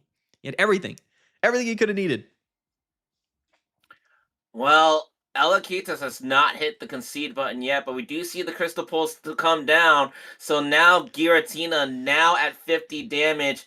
The second Irida though. We got a second Irida falling down here, but you can't heal the Greninja and the Giratina at the same time because Irida only works on water on Pokemon with water energy. You only have one. But he's already played. He's already played Cyrus and Repel, so this damage on the Giratina might not actually matter, Mintom. And he's able to heal Suicune and Greninja here in the same turn, protects his Greninja from getting KO'd from the ping. We're not KOing Suicune this turn, but theoretically speaking, I believe the Greninja is going to end up KOing regardless. So that's kind of the downside here. Right. But both repels and both Cyruses are now gone. So we're in a unique situation where you could just retreat freely now. Yeah. Him having the Suicune there really does matter. Theoretically speaking, if that Suicune didn't get benched, he could have Irida'd, he could have retreated into Greninja, taken the KO, and then had a place to go from there. But him benching that Suicune there is very unfortunate. That's got to be it. I mean, Light had the answer the entire game there, Mintom. He had everything. He had everything every single turn. Just an absolute incredible game 3, though. I mean, that really did come down to the wire. Yes, so now let's set the stage here. Elakitas now out, top eight, fifth place here, fifth place most likely. Great run for him. Undefeated, no more in this tournament. So now it is gonna be down to our four semifinalists. So let's set the stage here. You just saw Elakitas defeat Lights. You also just saw in the match before Rob's defeating Frank Freak to get to the semifinals. It will be Rob's versus Elakitas. On the other side of the bracket, we do have a top eight still going between Mai and Suji. They are in game three, but they will face the winner of that match will face off against Hamza 007. Hamza 007 being able to 2-0 a Moose to go on to the top four. So, Matt, I think the stage is set. We have our first top four ready to go. It It's is. gonna be it's Uh, gonna be we're gonna Lights be. and Rob here. I think we're Or gonna tune well, into Mai and Hamza first. Mai just took out Suji, so now it's gonna be Mai versus Hamza in one of our other semifinal. So let's see which one are we gonna be watching first, Matt. I think Maya and Hamza will be the first top four game that we watch. I'm getting them all set up and ready to go here. So give me just one moment. But yeah, it's looking to be only Suicune Greninjas for the remainder of this tournament, which, I don't know if that's to be unexpected or expected, to be fair. Again, we are back to a scenario where one of these players is playing Oricorio, the other isn't. So that could, again, potentially be a factor here, but traditionally Oricorio is a card that's good for other things, but isn't good for the mirror matchup, right? When your opponent's not playing Oricorio. So it's going to be interesting. But Mai versus Hamza is going to be our first game here in top four. Let me get this set up, and then we'll be ready to go here in just about a minute. All right, let's set the stage. Mai playing your standard Suicune Giratina Greninja um deck. It's basically what you expect, except I see two giant capes here. Trying to remember which card got replaced in from the standard, but Mai going for the two giant capes. Meanwhile, Hamza does have the one Oricorio available. So I'm just double checking. Mai does not have Repel on the deck on their list, electing to sacrifice the one Repel for the two giant capes. Yep. So will that be a factor against this Oricorio matchup? Remember, if like Repel is like your option to counter Oricorio, Yep. and that option is now missing. So how is Well, that going to you have play? Greninja. I would say Greninja's definitely still like I would say even with the Oricorio midtom, like the advantage of Repel is to kind of stall for a turn, right? In the scenarios where your opponent maybe goes second, leads Suicune. The Greninjas are always going to be your primary counterplay to the Oricorio, which is kind of why Oricorio isn't really useful in this mirror matchup. Like in the scenario where your opponent maybe does lead off Oricorio, that's almost advantageous for you because you know that they're never going to be able to attack with it, right? So Oricorio should be kind of a no factor here. I would say, if anything, it'll result in potentially his deck being just a tiny bit less consistent. So we'll see if that plays into it. But Oricorio, I don't imagine having too much of a factor here, unless there's a scenario where no Greninjas ever come out, right? That's the only scenario where Oricorio is going to be valuable. I'll be really interested to see how that goes. But Hamza is hopping into the VC here mid-time, so we will be able to get their game up and running if you want to go hop over there, and we'll go check it out, our first top four match of the semifinals. On the way.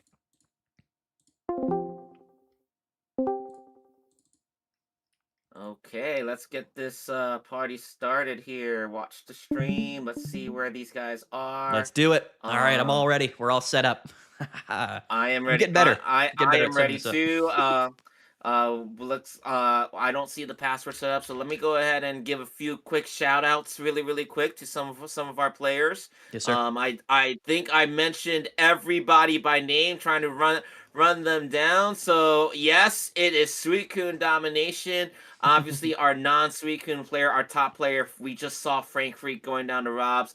That is the top Flareon deck. Shout out to Joe as well for being the top Guzzler deck. 12th place for Joe. Of course, Bixie. We just saw Bixie go down. Official finish 11th there. Mhm. Luchin has been streaming the entire way with the Tapu Koko. That is our top Tapu Koko finisher. Dark Red Giratina not doing particularly. I don't think we've seen Dark Red Giratina once today. But Dark Red Giratina coming out and representing did not necessarily do well. Finishing 22nd. But here we go. Let's go. They, Top four. the players, it's top four. The players are getting ready to go. It is Hamza. It is it is Suicune versus Giratina to start, and Hamza's gonna go ahead and take the turn one. It's two Pokeballs right off the bat. The quickest salvo we've seen, and the perfect setup is there. Froakie comes down. Wow. Giratina comes down, and we're going to see the Broken Space Bellow to get the perfect setup, and now Mai is staring down a nightmare situation, but not instantly losable. How will Mai respond? It's absolutely crazy, Mintom, how often these Giratinas end up on the board when Suicune goes first. I feel like it's almost an inevitability for some reason.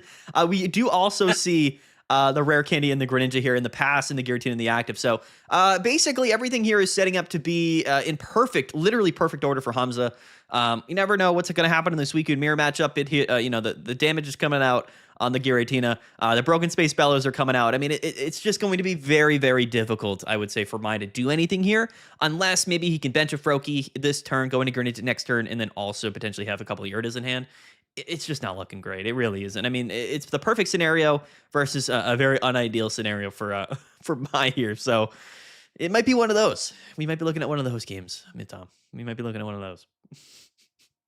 Well, we'll see how this is gonna go. Now it's Hamza to respond. There is only a Giratina on my side of the board, so there's only one target for the Water Shuriken, of course.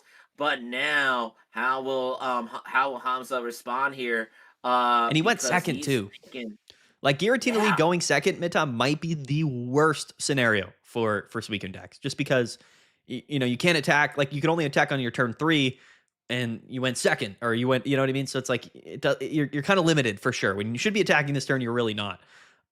It's tough, man. It doesn't get any worse than this. He might just bench the Oricorio here to do the full damage this turn. Maybe he benches the second Froakie. Again, like I said, the Oricorio really is not something that's that useful. But with no Greninjas or any Froakies on board, benching that Oricorio doesn't sound that bad. He does elect to bench the Froakie.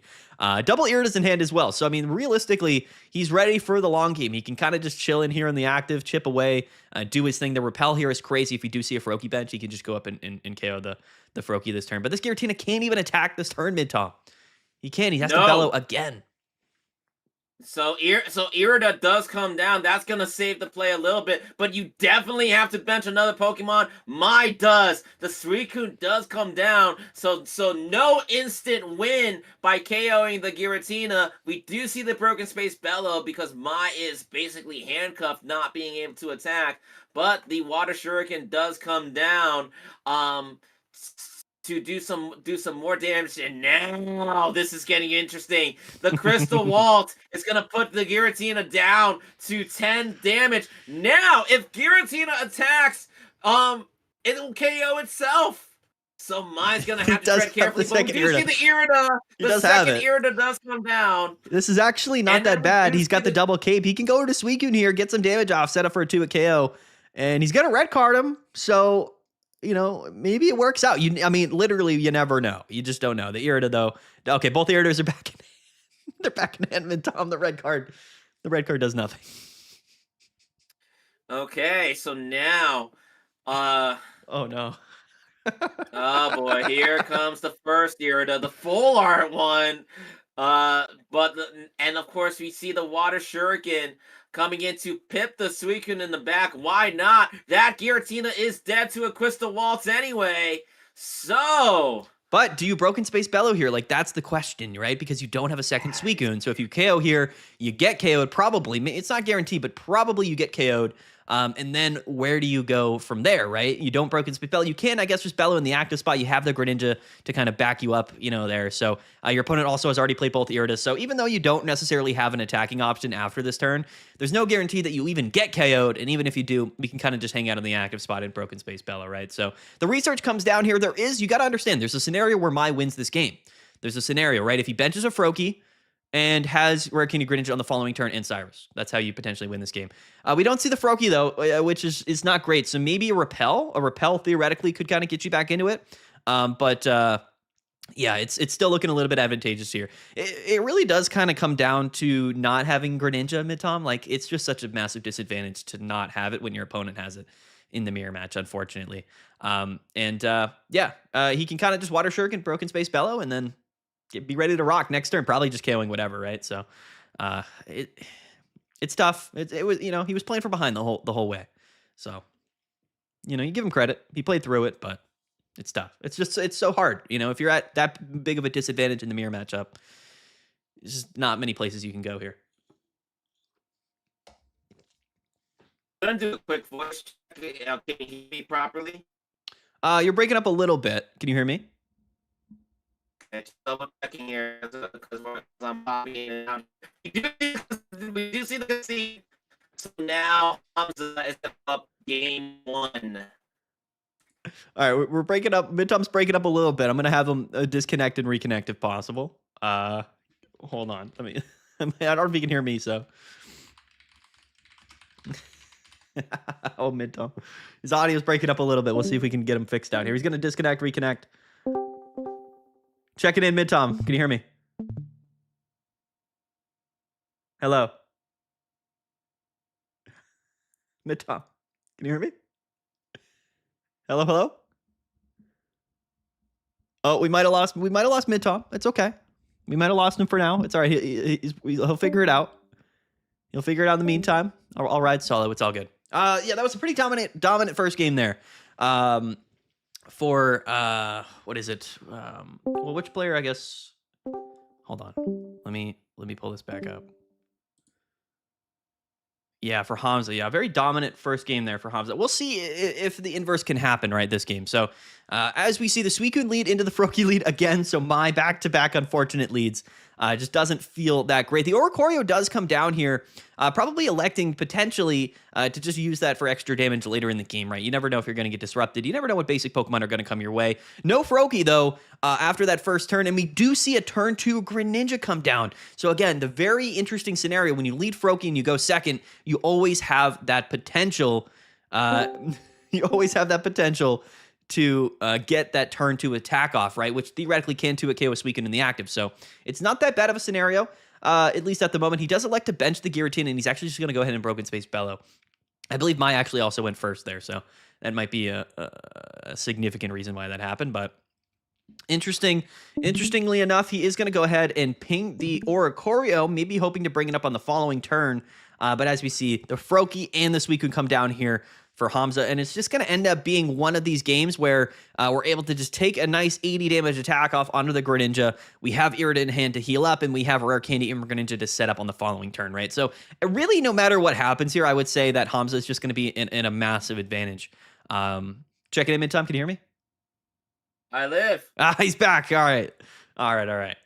You sound good. Yeah, you were breaking up a bit there. I didn't know if something missed up, but you're good. We can hear you now. You sound great. I had to restart my entire Discord to get this thing to work. So yeah. But glad to be back. As we see Mai doing the Broken Space Bellows to get a second energy, and draw another card. Hamza going to respond fast. Greninja coming down to enable the pip damage, and we're gonna load up the water. Cyrus back, why not? Yeah. And look, Cyrus is gonna bring up the Greninja, so no pip damage from Mai. Yep. Oof. Yeah, that Water Shuriken's gonna hit somebody in the back, but you just know, we're gonna Crystal Waltz the Ninja to take it out of commission. Yep. 1 point to Hamza. It's a perfect scenario. Already up a game. Yeah. He's Hobbs has just been definitely advantageous from the get go for both of these matchups here. Just leading Suicune, getting his bench fully set up here. Definitely been at a massive advantage so far this game as well. Carrying on to that, was able to draw into Cyrus, carry the Greninja, and now there's just not a lot you can do. You can maybe try to 2-hit KO this weekend. He does bench a second Froakie, so maybe he's looking to set up a second Greninja. But at this point, you're probably going to get KO'd on the active. He does Giant Cape, so he will survive this turn. Maybe he elects to Broken Space Bellow this turn. He's going to red card, so we could see the Broken Space Bellow. We could see the Giratina really come down here. But no Greninja.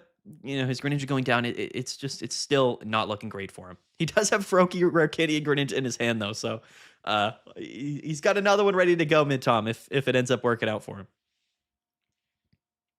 Water Energy going down on the Suicune in the back. Giant Cape going to the Suicune on the front. So now we got the Water Shuriken pip damage on the Giratina in the back. It's not looking good. So now the cape kind of does it.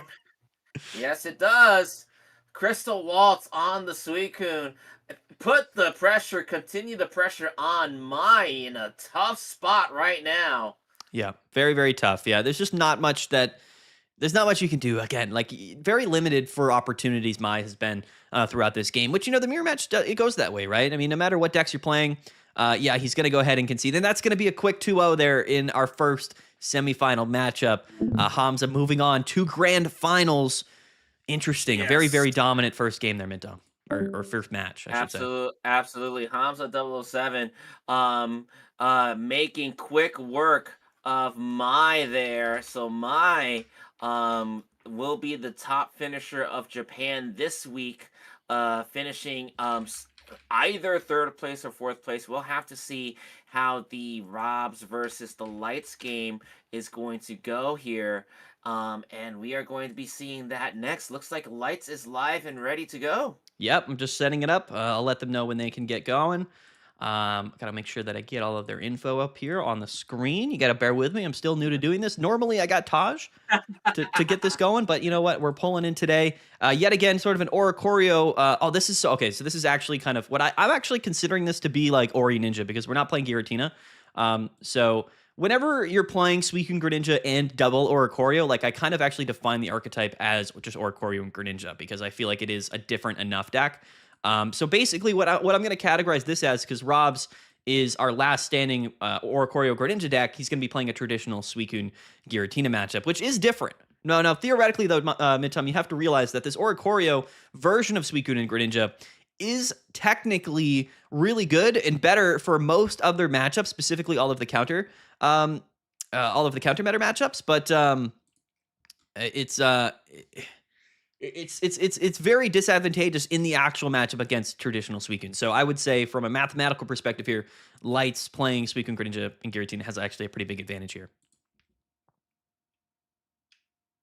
Well, we shall see as we get our players set up here. Let me go ahead and shout out a few more players as we continue to get set up. And it looks like Lights just stopped streaming a little bit, so we are waiting for them to get situated here. I left off at Darkrai Giratina, 10th Regent 4 being the top Darkrai Giratina player. Of course, Sharius plays. The top Espeon Sylveon finishing in 23rd. Savali Zeraora makes an appearance in the top cut. Nusselt being able to bring them to 26th. We do see another Tapu Koko Pikachu in Palco here. Of course, we saw Harian with the Porygon Z. What an effort by Porygon Z against the Palkia Palkia Suicune player in My Diamonds 1000, who does happen to be the top Palkia player in the field, ultimately finishing in 30th. Darkrai Arceus does make an appearance with the top cut. Shout out to Admin21 for bringing them to the top cut. Ultimately, finishing in 45th. Double Decidueye Y does make an opponent with Satoshi. Double Decidueye Y, one of those decks that tends like there's always one player that does well with Double Decidueye Y, but doesn't really take it home. So consistency an issue there Mm.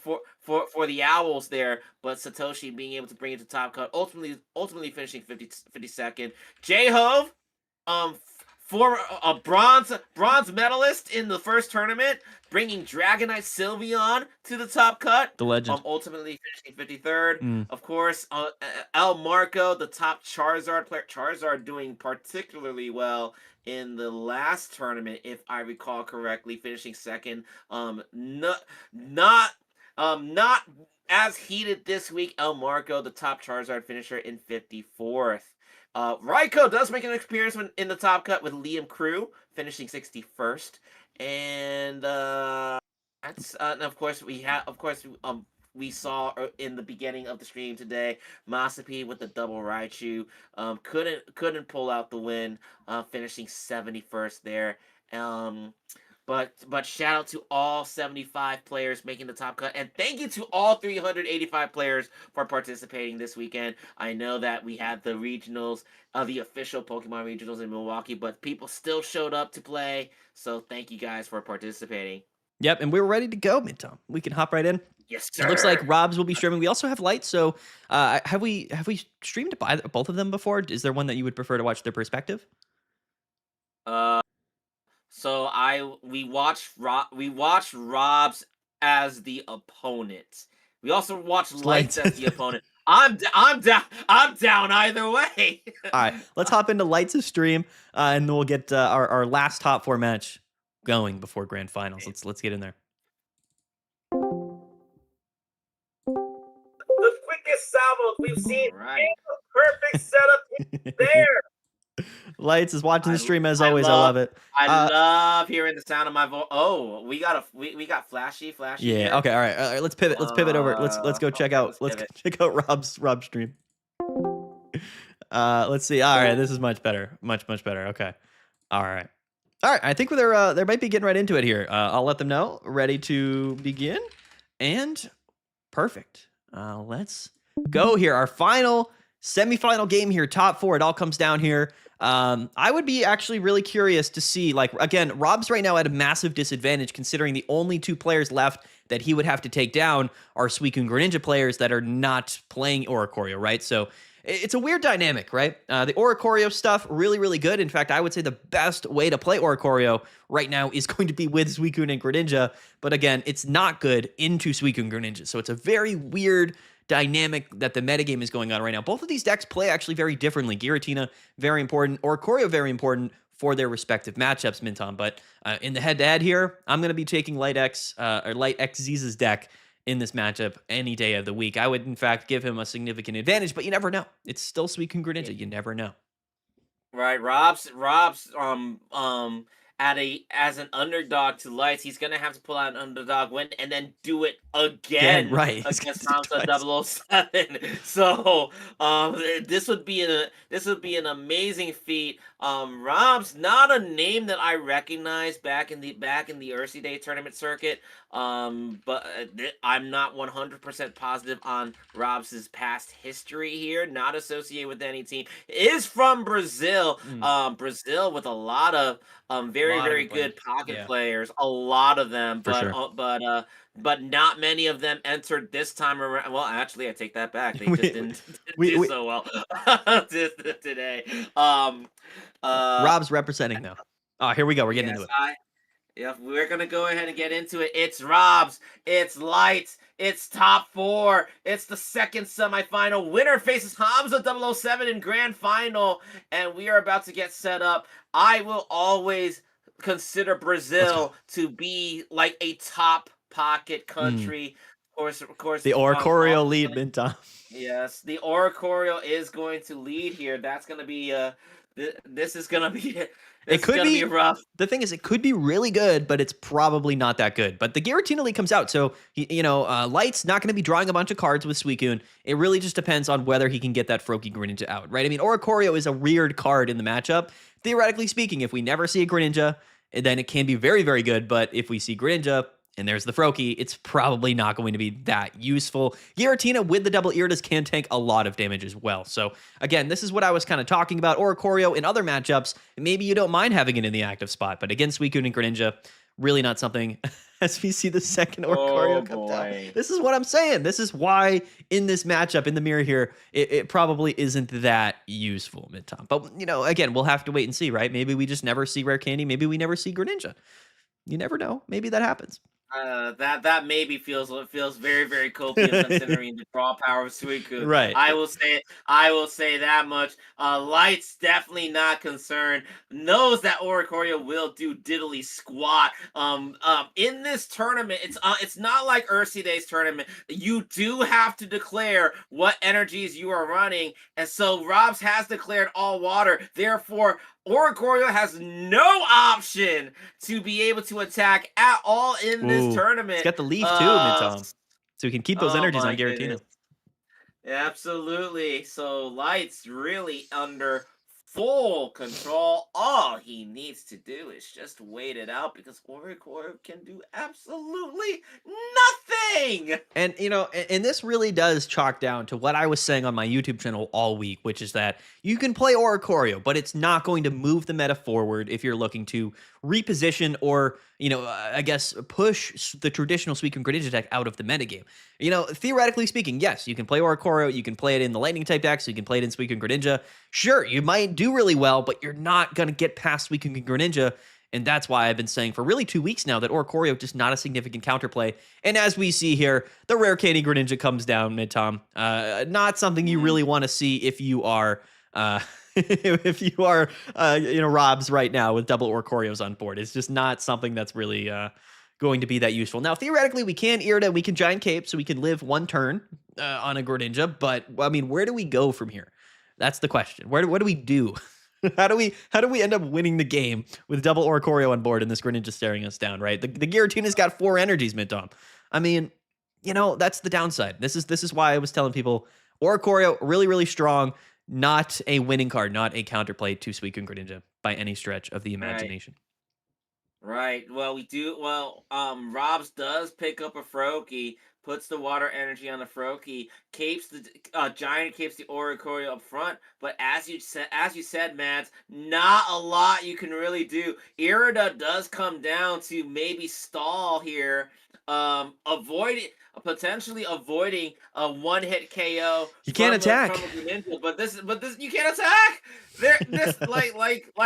It's just here to stall. Taking damage, Oricorio taking damage is inevitable, and Oricorio not the perfect defense against the Suicune Greninja Giratina deck because Oricorio does not affect Greninja, and of course Mars.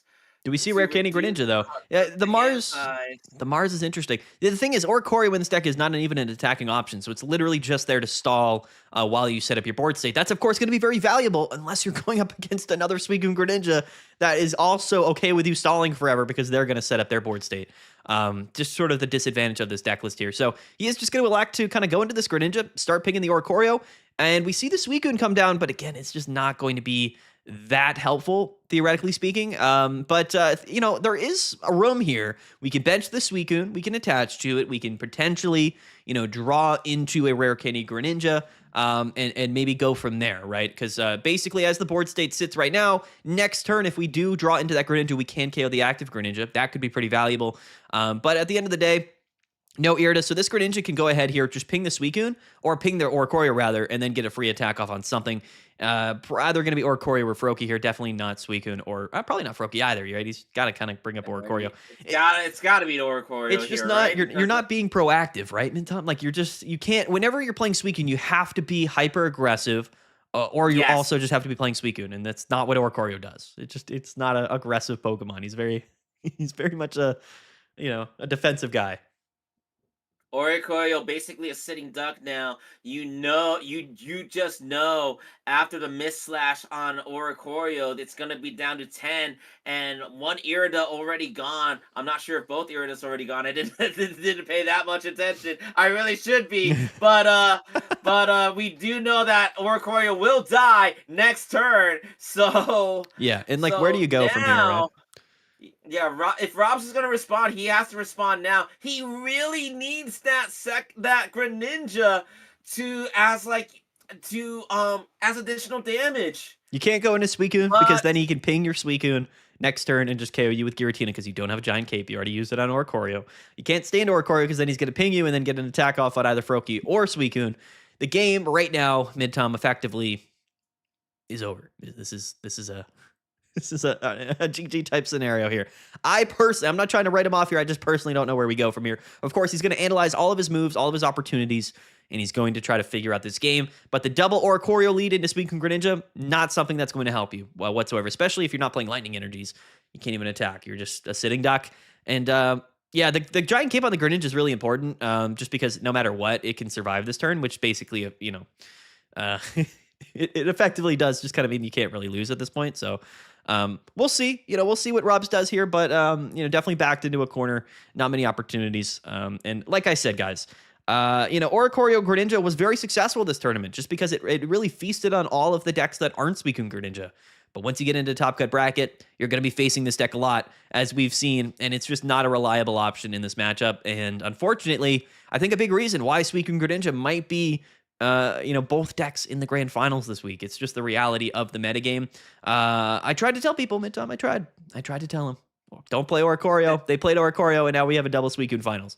That's how it goes. That's the reality of the situation. unfortunately, your words will most likely reign true, but Robs hasn't thrown in the towel quite yet. I'm still banking on some hope somewhere. Try to really consider it, but ultimately, es una derrota por King Robs. Oh man, oh man. No. Yeah. Lights is going to be up 1-0. So, and of course, Rob's the only chance to avoid a Suicune Greninja final, but his deck is not It's not built for this. the favored one in this matchup. Yeah, it's just and like I said, before the game, I was like, the Oricorios, maybe they just don't play a factor. Maybe you never even use them, and maybe you just can kind of win with Suicune and Greninja. But when you lead double Oricorio and no other basic Pokemon, like that's just not what you want. It's just not going to help you. So we'll see. Again, anything can happen. You are still playing double Suicune, double Greninja. So theoretically speaking, anything can happen. But given that starting scenario is kind of the exact downside to the Oricorio stuff. But looks to be a very different hand here in start for our guy Robs here. So we'll see how this game goes. I'll be really interested to see. He is going second with the Suicune lead. We have the Froakie in hand. So I mean, maybe we see something come out here. I'll be really curious to see. Well, we are going to get started into game 2, and Lights is going to go first. Suicune up, Froakie up, pass the turn, draw a card. Robs now responds with the professor's research to draw 2 more. He's got a chance to set up everything, but the real question is, does he have everything? Froakie comes down, Suicune comes down. Might as well bring down the Froakie too, but doesn't do it quite yet. The giant cape comes down instead. Yeah, you got to be a little bit careful, right? Just with the math. Yes. You are getting the first attack off, so that is important, but maybe you get repelled. Maybe your opponent gets the first attack off. You definitely don't want to be you don't want to jump the gun on benching Pokemon in the Suicune mirror just because it might come back to bite you, right? So depending on how many Pokemon light benches this turn, we'll have to see. But again, because that Suicune from Robs will probably be getting the first attack. And this is what I said, right? In a scenario where Oricorio doesn't play a factor in the board state, you have just as good of an opportunity to win the game in general. It's just that your deck's a little bit less consistent off the jump. So what we're seeing here is a scenario just like that, where he's got a perfect opportunity to win this game without ever having to even worry about Oricorio. But the repel does come out mid-tom. The repel comes out in exactly what I was talking about. Potentially now allowing Lights to get the first attack off with his Suicune. You know what I mean? Very crucial. Absolutely. Robs will now have to respond. But let's see what he's going to do here. Pokeball. Oh, he's considering it, but you kind of have to play it. We do see the second Oricorio drawn. I do not think we're going to see Oricorio make an appearance in this matchup at all. Mhm. If Robs is going to have a chance to win this, Water Energy on the Suicune and pass the turn, draw a card, Lights now immediately with the rare candy to Greninja. It's the So repel, man. now It's the the pip repel. damage is ready. The repels do it, and you got to understand, Robs is not playing repel in this deck because his deck No. just operates a bit differently. So still vulnerable to getting repelled, very much so, but doesn't have that opportunity available to him. So exactly what I said, right? That repel could knock him off his energy curve. He's no longer the first weaken to attack. Probably smart that he didn't bench that, but the rare candy Greninja came out anyway. He will be hitting for 100 total damage on the active Suicune, basically kind of forcing you to let the Suicune go down. It's really the only opportunity to kind of continue on here, right? I mean, unless you top deck a Leaf, maybe you can retreat out. But theoretically, now you're no longer able to survive 2 attacks from your opponent's Suicune, and he got the first attack out, immediately turned the tides of the game. And that's why Repel is such a strong card. One of the best cards in the entirety of Pokemon Pocket right now, and he gets Marsed. And he gets Oh, Marsed. Insult to injury. Let's see what he draws here. It is Greninja, and it's a Cyrus. Those aren't great cards unless maybe we top pick a rare candy, but no Irida. And unfortunately, I think we're just going to go ahead and like kamikaze this weekend. We're just going to attack and then let it go down. But yeah, it's tough.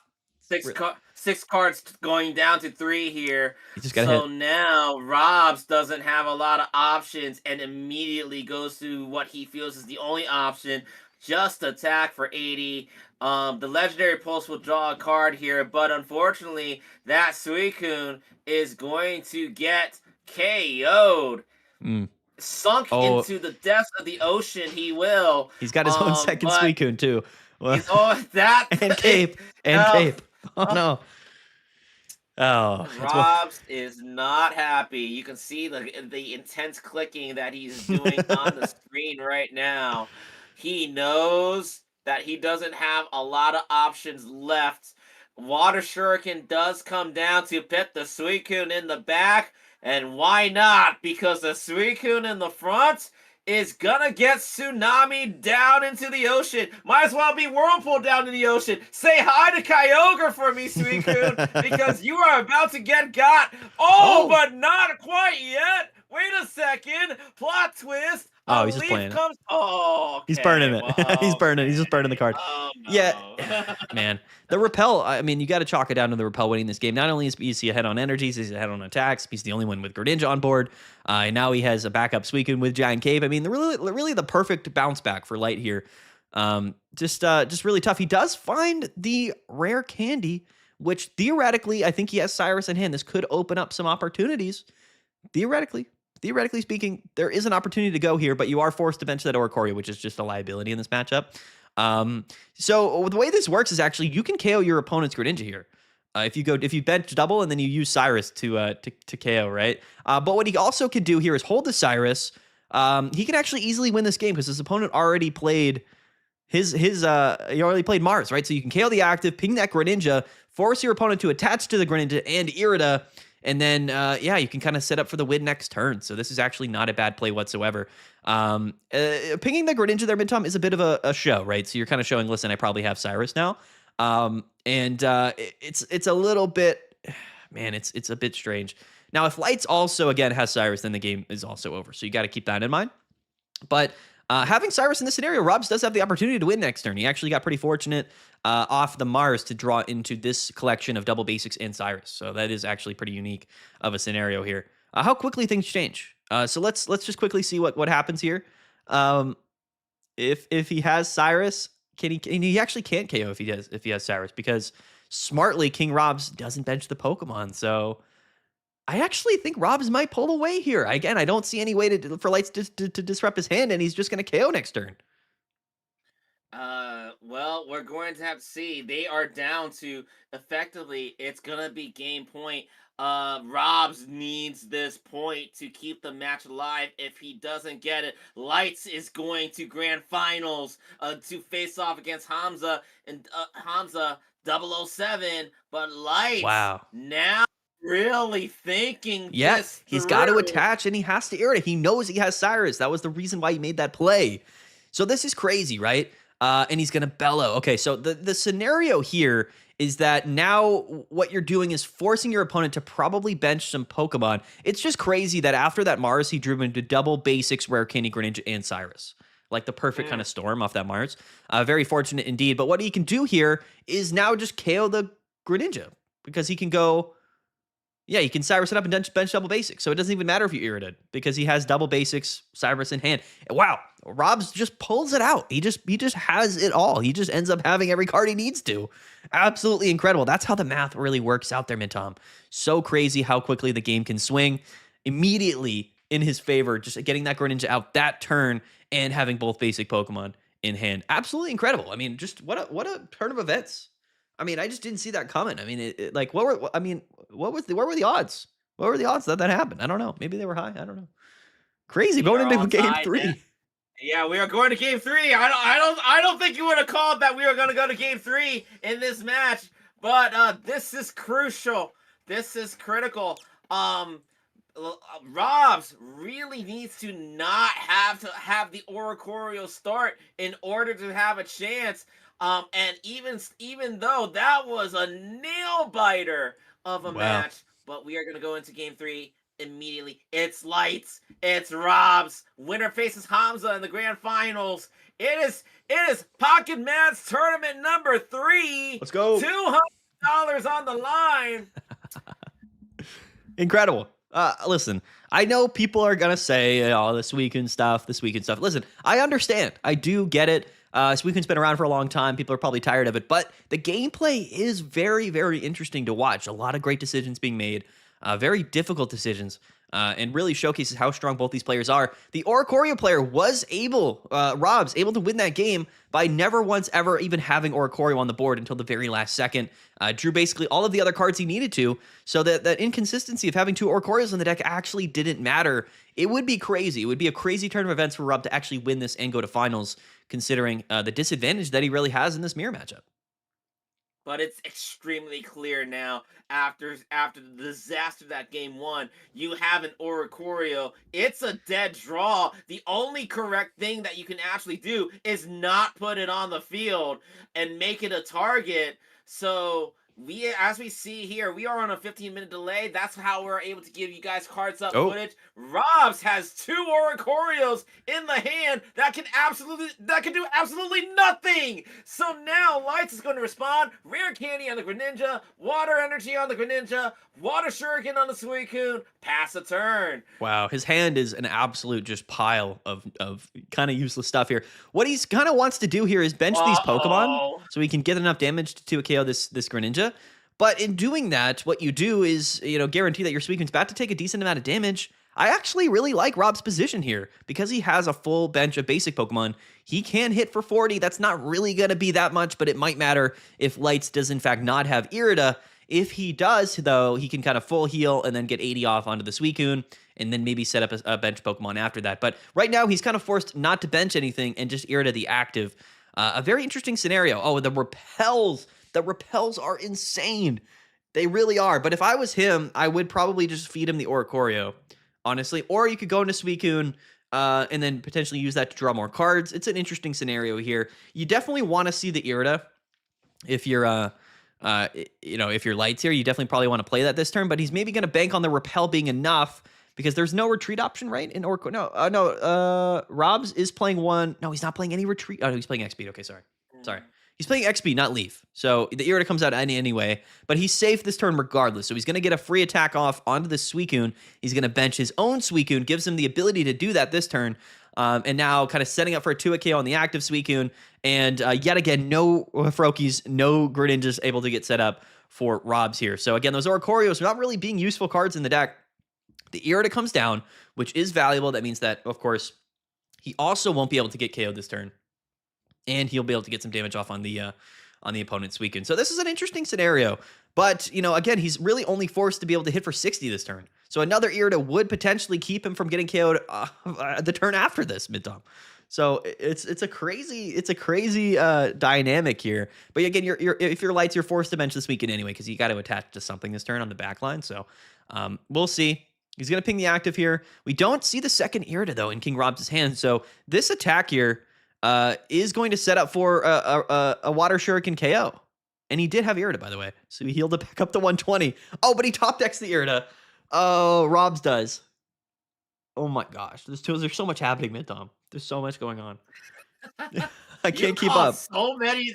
My goodness, you credit for trying, Maddie, because you kept up with like 6 turns of play by play. That's insanity. I don't know But what's of happening course, anymore. but of course, Robs is gonna go ahead and play that Irida. But now That's crucial though. after? That's crucial because now your opponent is forced to attack the Suicune. You know what I mean? So like not only can you get like before, if he didn't have the Irida, he could have KO'd with Water Shuriken and then got free damage off on something else. He could have just gone into, I guess, Oricorio, but still, right? You don't really want to do that because then the game's kind of over. So it's a weird dynamic. The Irida top deck is potentially the best thing that could have happened to him, but still he's unable to KO the active Greninja, which means that the Suicune, the second Suicune, will be the first Suicune to get an attack off. And since he has no other Pokemon on board, it might end up working for him. I think that really the best case scenario here for Robs will be to potentially top deck or draw into that second Irida. The Froakie does come out, though. That could be a very important top deck as well, because he does have Arcanic Greninja in hand. Does he get Mars this turn? Another Irida. Mid-Tom, another Irida comes down. And he is just going to retreat.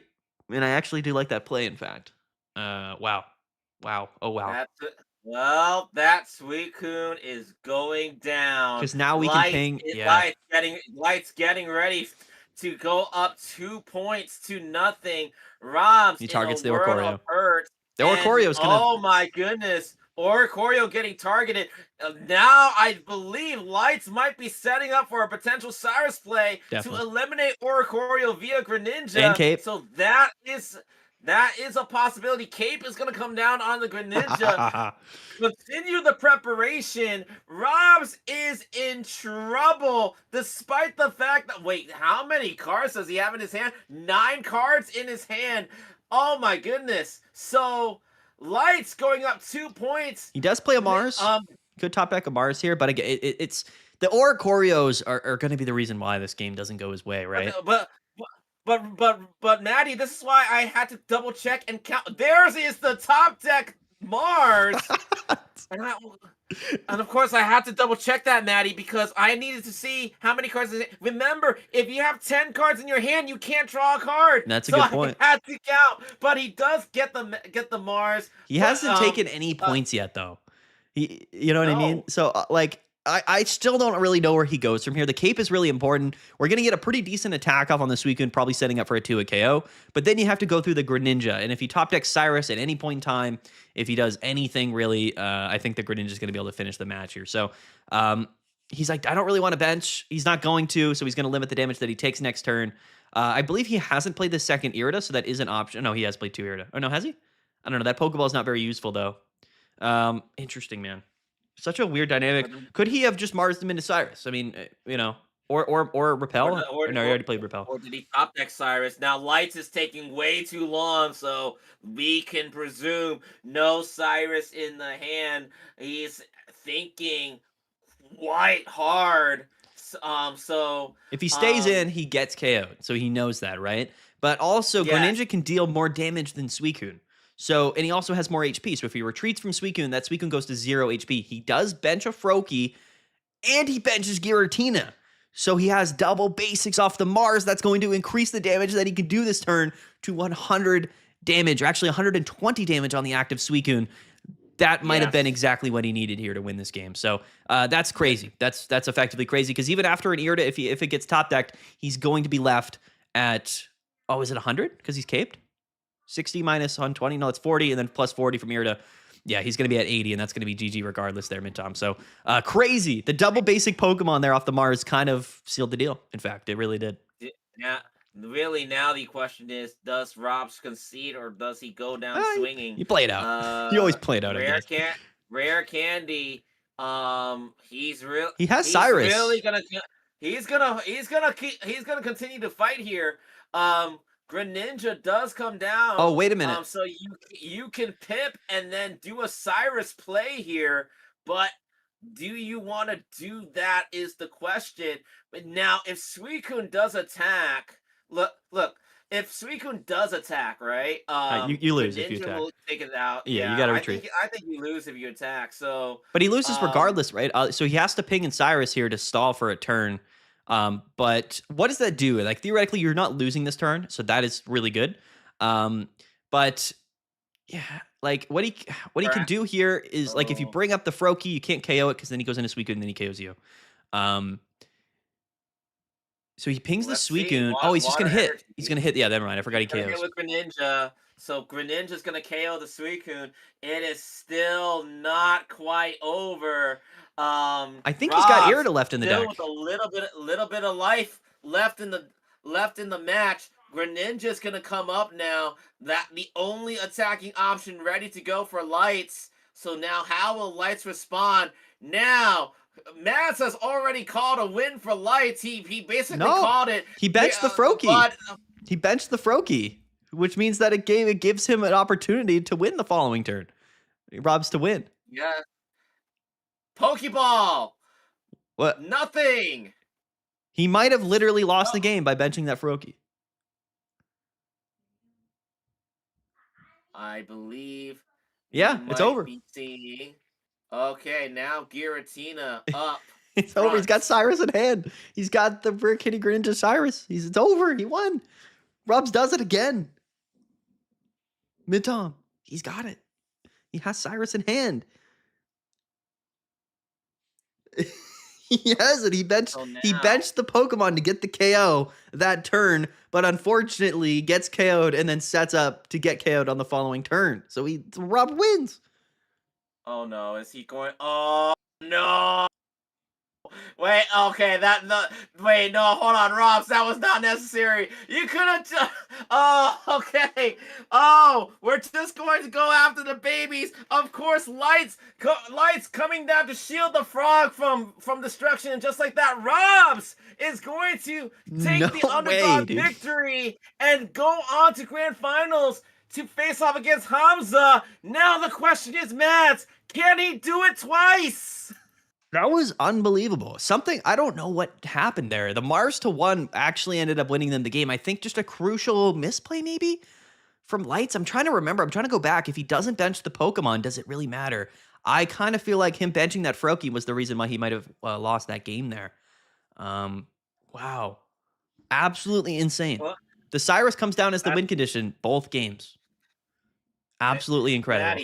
Maddie, I think you're gonna have to start a new YouTube series on the channel where you deep dive analyze every single match. Is it a misplay? Is it not a that's a good idea for a new series for your channel. Is it a misplay? Is it not a misplay? Who knows, right? But here we go. Grand finals. It's Rob's. It's Hamza. We are just about set and getting ready to go here. Woo! Oh my gosh. I can't even believe that happened, Midtom. I cannot believe that happened. Let me get Hamza's info back up here on the screen. Am I crazy? Like, maybe I was just way off. Maybe the comments are going to laugh at me in casting, but like, I feel like he had that game locked down. I don't even know what happened. It all happened so fast. Just incredible. Just genuinely incredible stuff here. Man, I don't even know. I don't even know. I can't even remember what happened. It all happened so fast, mid Tom. It completely flipped Yeah. immediately. I remember you calling 6 turns in a row. Like you're like what you tried so hard to follow along and It just flipped back and forth, back and to the forth. end. It was like no matter Yes. what happened. Yes, but it's also one of those things where I love tournaments. Like I know Matt, you love analyzing Pokemon decks. This is why I look at the players, man. The when it comes to like deck types and stuff like that, yeah, certain decks will have advantages over others, but it's the players that ultimately have to execute those decisions. Execution is the key, and the top players will always rise to the top because they execute better than other players. Simple decisions can lead to completely different results, and Do you drop the Froakie? Do you not drop the Froakie? That could have been the difference between grand finals and potentially to win the thing versus just a simple top four matchup. Wow. Wow, extremely nuanced there, but we are gonna get set and get ready to go for our grand finals. This Guys, man, get excited. this man top decked that Mars and it just stuck him. He just stuck it. That was crazy, dude. I have to go back and watch that game because something somewhere I think a play happened that maybe shouldn't have been played because like the whole game I really felt like it was such a one-sided scenario possibility, but then it ended up being the opposite right at the end. It's so quickly how it's so crazy how quick the games can really change. But anyway, Mid Tom, we're in it. Grand finals. We're here. We've done it. How are you feeling? This is it. Hey man, I feel no different than it was at the start. Every single match is exciting. And it's like you will see the best of the best, even the best of the best will falter because there's just too damn many. A lot of good players in the field of 385 today. 74 players made top cut. That is ginormous. To the point where that's more than 64, Mads. We have so many talented players, so many with so many variety decks. Yes, Suicune reigns supreme today, but we had so many different Pokemon qualify for top cut today, proving that they definitely got it. So there's so a lot of variety there. We're gonna go ahead and get set. We are gonna be watching it on Rob's side. It's Rob's. It's Hamza. It's the grand final of Pocket Mats 3. Here we go. Can Winner he do it again? Can Robs do it again?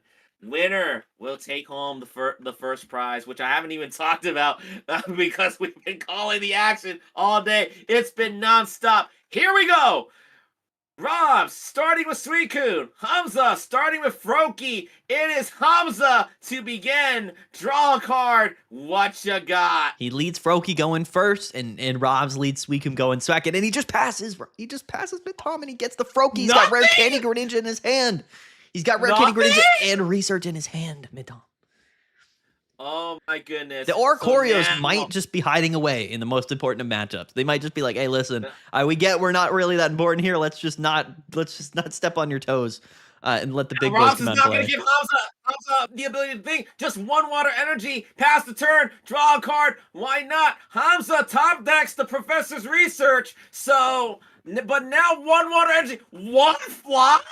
Really? He doesn't bench the Froakie to play around. He doesn't bench the Froakie to play around the repel. He knows that turn 2 Greninja isn't worth it because he has another Pokeball and he also has Research in hand. If he has another basic Pokemon, he will just win this turn, a potentially game-winning play, and that's Pokeball. That's going to be in Mid Tom and the basic. He's just got the KO. He's got the game 1 donk on him. Oh no! Froakie, you better run away! Froakie, run away! Froakie, you have to run away! I don't think Froakie understands the human language. Oh, but Hamza does.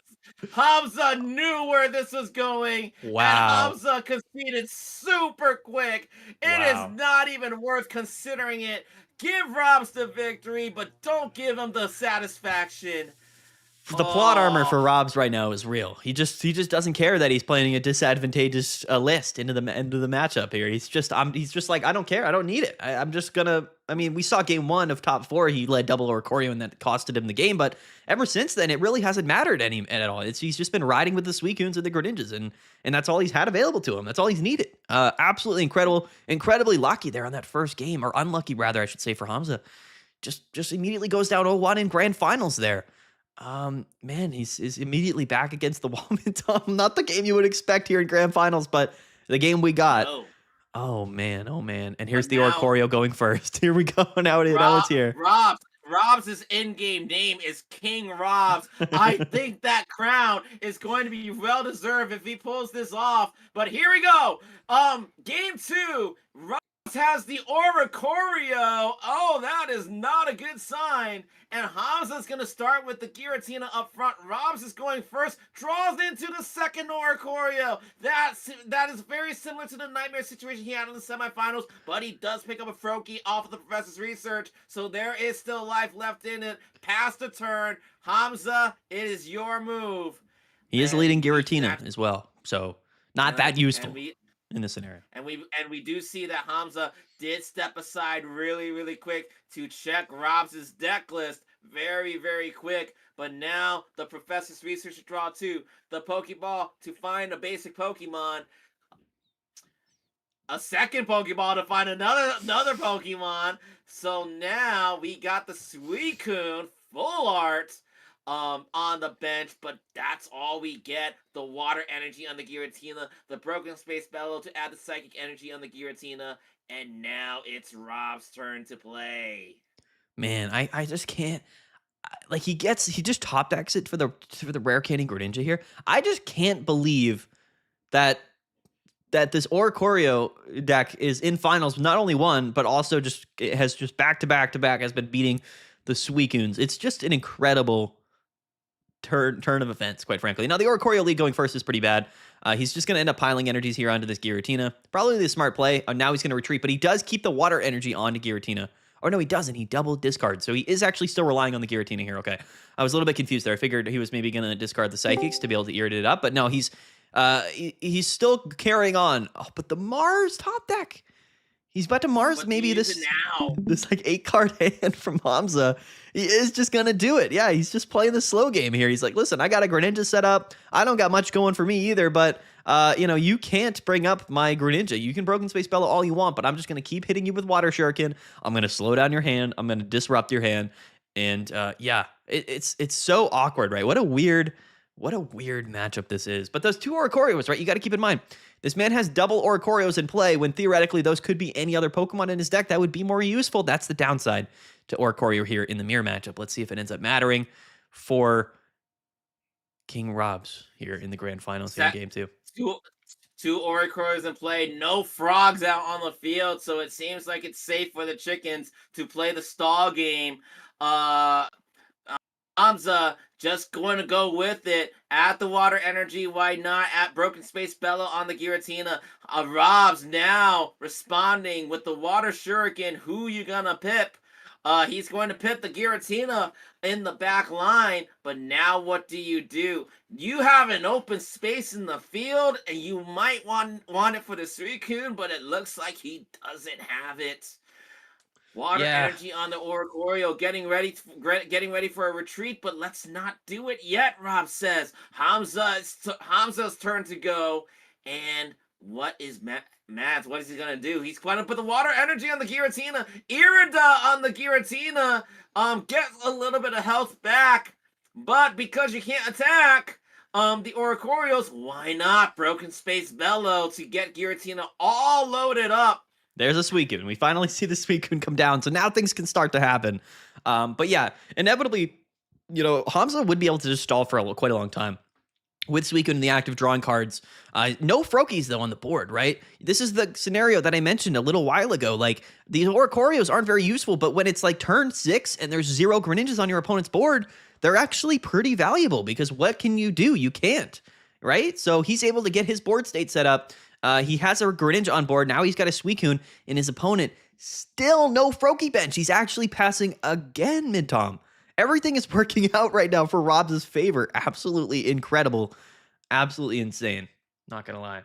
That Mars ended up just breaking him for like 4 turns. But how much time does he have left? I believe Mars is the only hand disruption that Robs has, and he's already used it. Hamza already has a full stack of cards in the hand right now. Water Shuriken is going to go ahead and go down on the Suicune and pass the turn, Rob says. Yeah, but like Mintom, like if he does bench a Froakie, like he has Cyrus in hand. So unless we see Froakie bench and Mars, okay, we do. Okay, never mind. I called it. I did say that ahead of time. So if we don't have Cyrus, then that Froakie might survive until next turn, which is very, very important because that's what I was saying, right? I was like, Robs is going to be able to just KO that Froakie if it ever comes out. But it looks like that's not actually the case here. He does get Mars. Do we top deck the Cyrus? We top deck the Cyrus, Tom. The plot armor. He's just going to KO the Froakie and then live an attack from anything next turn. He top decks the Cyrus. He can just target the Froakie, bring it up, KO it, and then what? And then but he doesn't do it. He pips the. He's gonna just KO the. He's gonna keep the Froakie alive, but he's going to KO the Suicune is what he's gonna do. Okay, I don't know if I would have made that play. I don't know if I would have made that play, but maybe that doesn't mean that's not the incorrect play, or that this is not the incorrect play. We'll have to wait and see. But doesn't that leave Robs open to a Revenge rare KO. Candy Greninja pit Revenge KO? That's right. Exactly right. That's exactly right. And then the Greninja can KO the Oricorio. That's why I would have focused on the Froakie there, because if you don't have a Froakie if you don't have a Greninja on board, then your opponent can't really get around the Suicune or the Oricorio. He might be realizing go ahead and do it. He might be realizing that. Yeah, did you notice the slight hesitation that he had in the 20 seconds? He just realized the win condition, but did so after the water shuriken. But he's gonna have to commit to it now. The Crystal Waltz to take out the Suicune, so Robs will go up 2 points. But there's too many cards in Hamza's hand right now. Now you got to keep in mind he can KO, but then he goes down to 90. And theoretically speaking, Greninja is going to be able to do some damage here. And there's the rare Candy Greninja. And I just don't know where you go from here, right? You can't really KO the Giratina next turn. You can stall for a turn, and he's going to cape it anyway. You can stall next turn if you're Rob with Oricorio, but it's pretty likely that he's going to have Repel or that he's going to have Cyrus in hand. And then you're probably just going to lose, right? And that's if he doesn't have Irida this turn. So again, I would have KO'd that Froakie personally, because I don't really see anything on his board state as a threat other than the Greninja. So I would have KO'd it right then and there, having top decked that Cyrus. And I think, honestly, I really think that Hamza knew that might happen, which is why he Marsed him when he benched the Froakie. I think he was holding on to it for the opportunity for when he did have Froakie, he would play Mars in the same turn and hope that he didn't get, Cyrus up. But that's not actually what Rob's ended up doing here. So going to be a really interesting scenario. But actually, though, theoretically speaking, we do have Froakie and we have double Greninjas. So if we don't see a Cyrus win condition this turn, the double Greninja next turn might be able to win the game because it's only 100. But if Giratina doesn't Irida, technically the opportunity to win the game is still here for Robs. We'll have to see what happens. He's pulled it out before. But you have to consider that if Rob's pings the Greninja, pull off a comeback off of that mistake, he's gonna have to play perfectly. But the psychology of realizing the mistake might affect Rob's decision making. So now he is up 1 game, but you have to wonder if he does lose the game. Will that be in the back of his mind come game 3? We see the concede. I think he probably knew he had Cyrus, right? He might have been out. He might have drawn his entire deck there, I think. Yeah, that or he might have needed to take a step back and just cool down a little bit.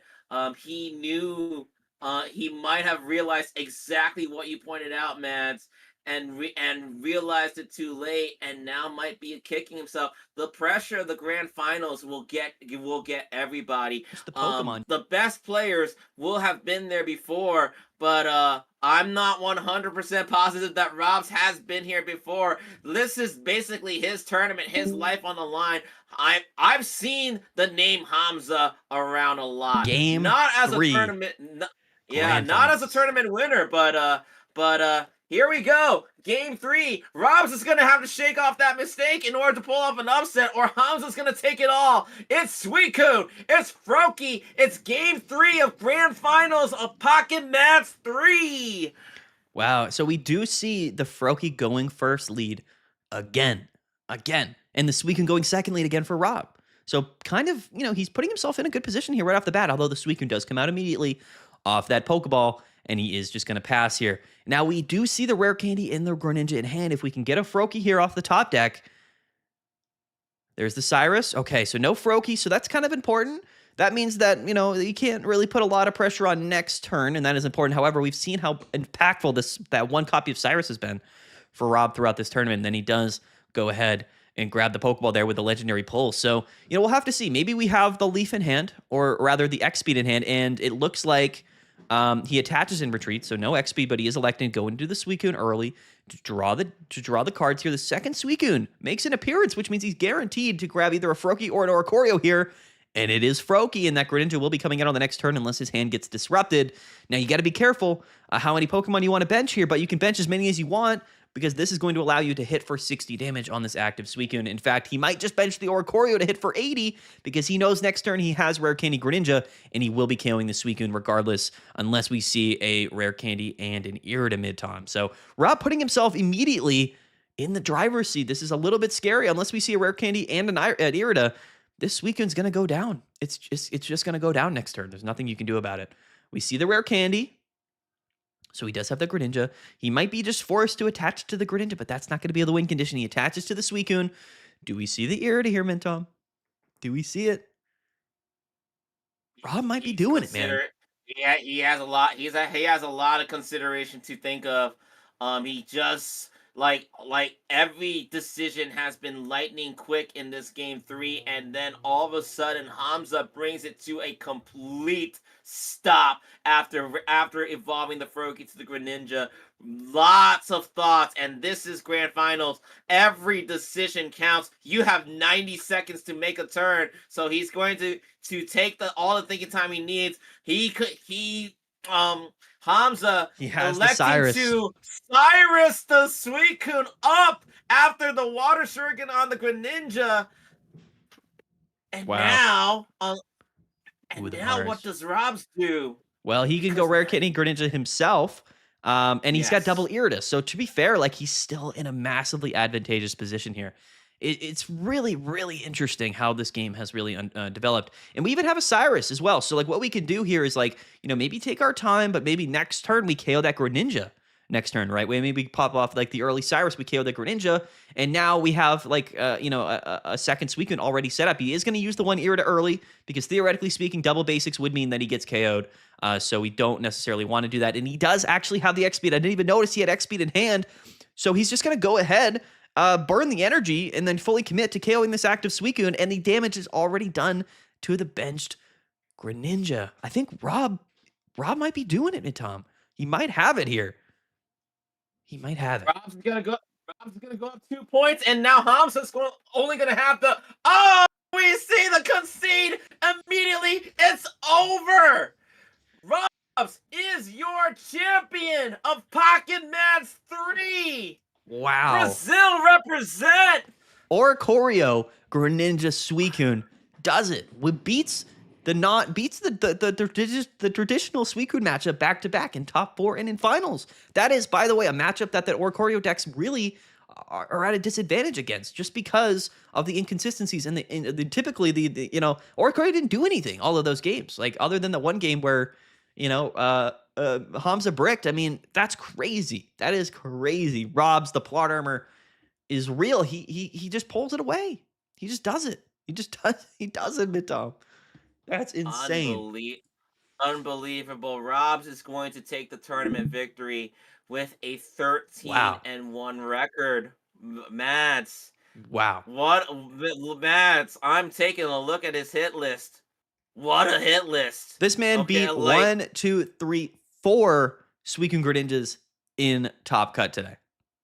After not seeing any of them at all on day 1. Unreal. Only loss coming on round 2 against a Guzzlord. That's it. Yeah, and by the way, just for reference, like, his deck list, so Greninja Oricorio as an archetype was a 37% win rate for the entire tournament into Suicune and Greninja Mintom, which means that literally 4 of those wins came from him directly to win the tournament. But overall, that matchup is not very good. It's really not a good matchup. He just ends up winning all 4 of them in Top Cut. Imagine you just said 37%. That's like 3/8, man. Now let's go ahead and raise that to the power of 4, man. How many times? What is his actual percentage of taking the victory? I just did 3/8 to the 4th power. Chances of Rob winning 4 straight. Am I reading this right? Give me 1 second here. Hang on. Wait a The minute. quick math Wait on a minute. Wait a stream minute. that Tom Am is I? top. Hang on. Am I reading this right? 3 points. I need to double check this. Hang on. Chat GPT. I'm dating myself here, but hang on. Oh my gosh. Wow, I yeah. got to see the percentages, man. 37. It's 37.5% to the fourth power, my dude. Um. So what is that? Uh. I'm Point I'm looking. point three I seven don't I five. don't I need uh what is 0.375 to the fourth power? All right. Yeah, yeah. Yeah, I did calculate it right. I think I was right to double check it because my calculator missed a decimal point. Okay. Um Chances of Rob winning 4 games in a row and on that specific matchup, 2%. Wow, he did it too. He just straight up did it, and we Two watched it twice. We saw 2%. how it happened too. Incredible, incredible. Unreal. Anyway, man, Unreal. massive congrats to Rob and everybody, of course, that played today. Thank you everybody for participating in the tournament. I want to give a big shout out to Mintom for being my co-caster today. You did an incredible job. Yeah. Thank you everybody, to the mods, to the judges that made the tournament happen. Just absolutely incredible this weekend. Again, almost 400 players. Super, super fun. Never would I have expected that outcome, but crazy things happen in Pokemon Pocket, and it really was just an Yeah. absolute blast. I mean, I had a great time today. I really, really did. Yeah. Um, yeah, man.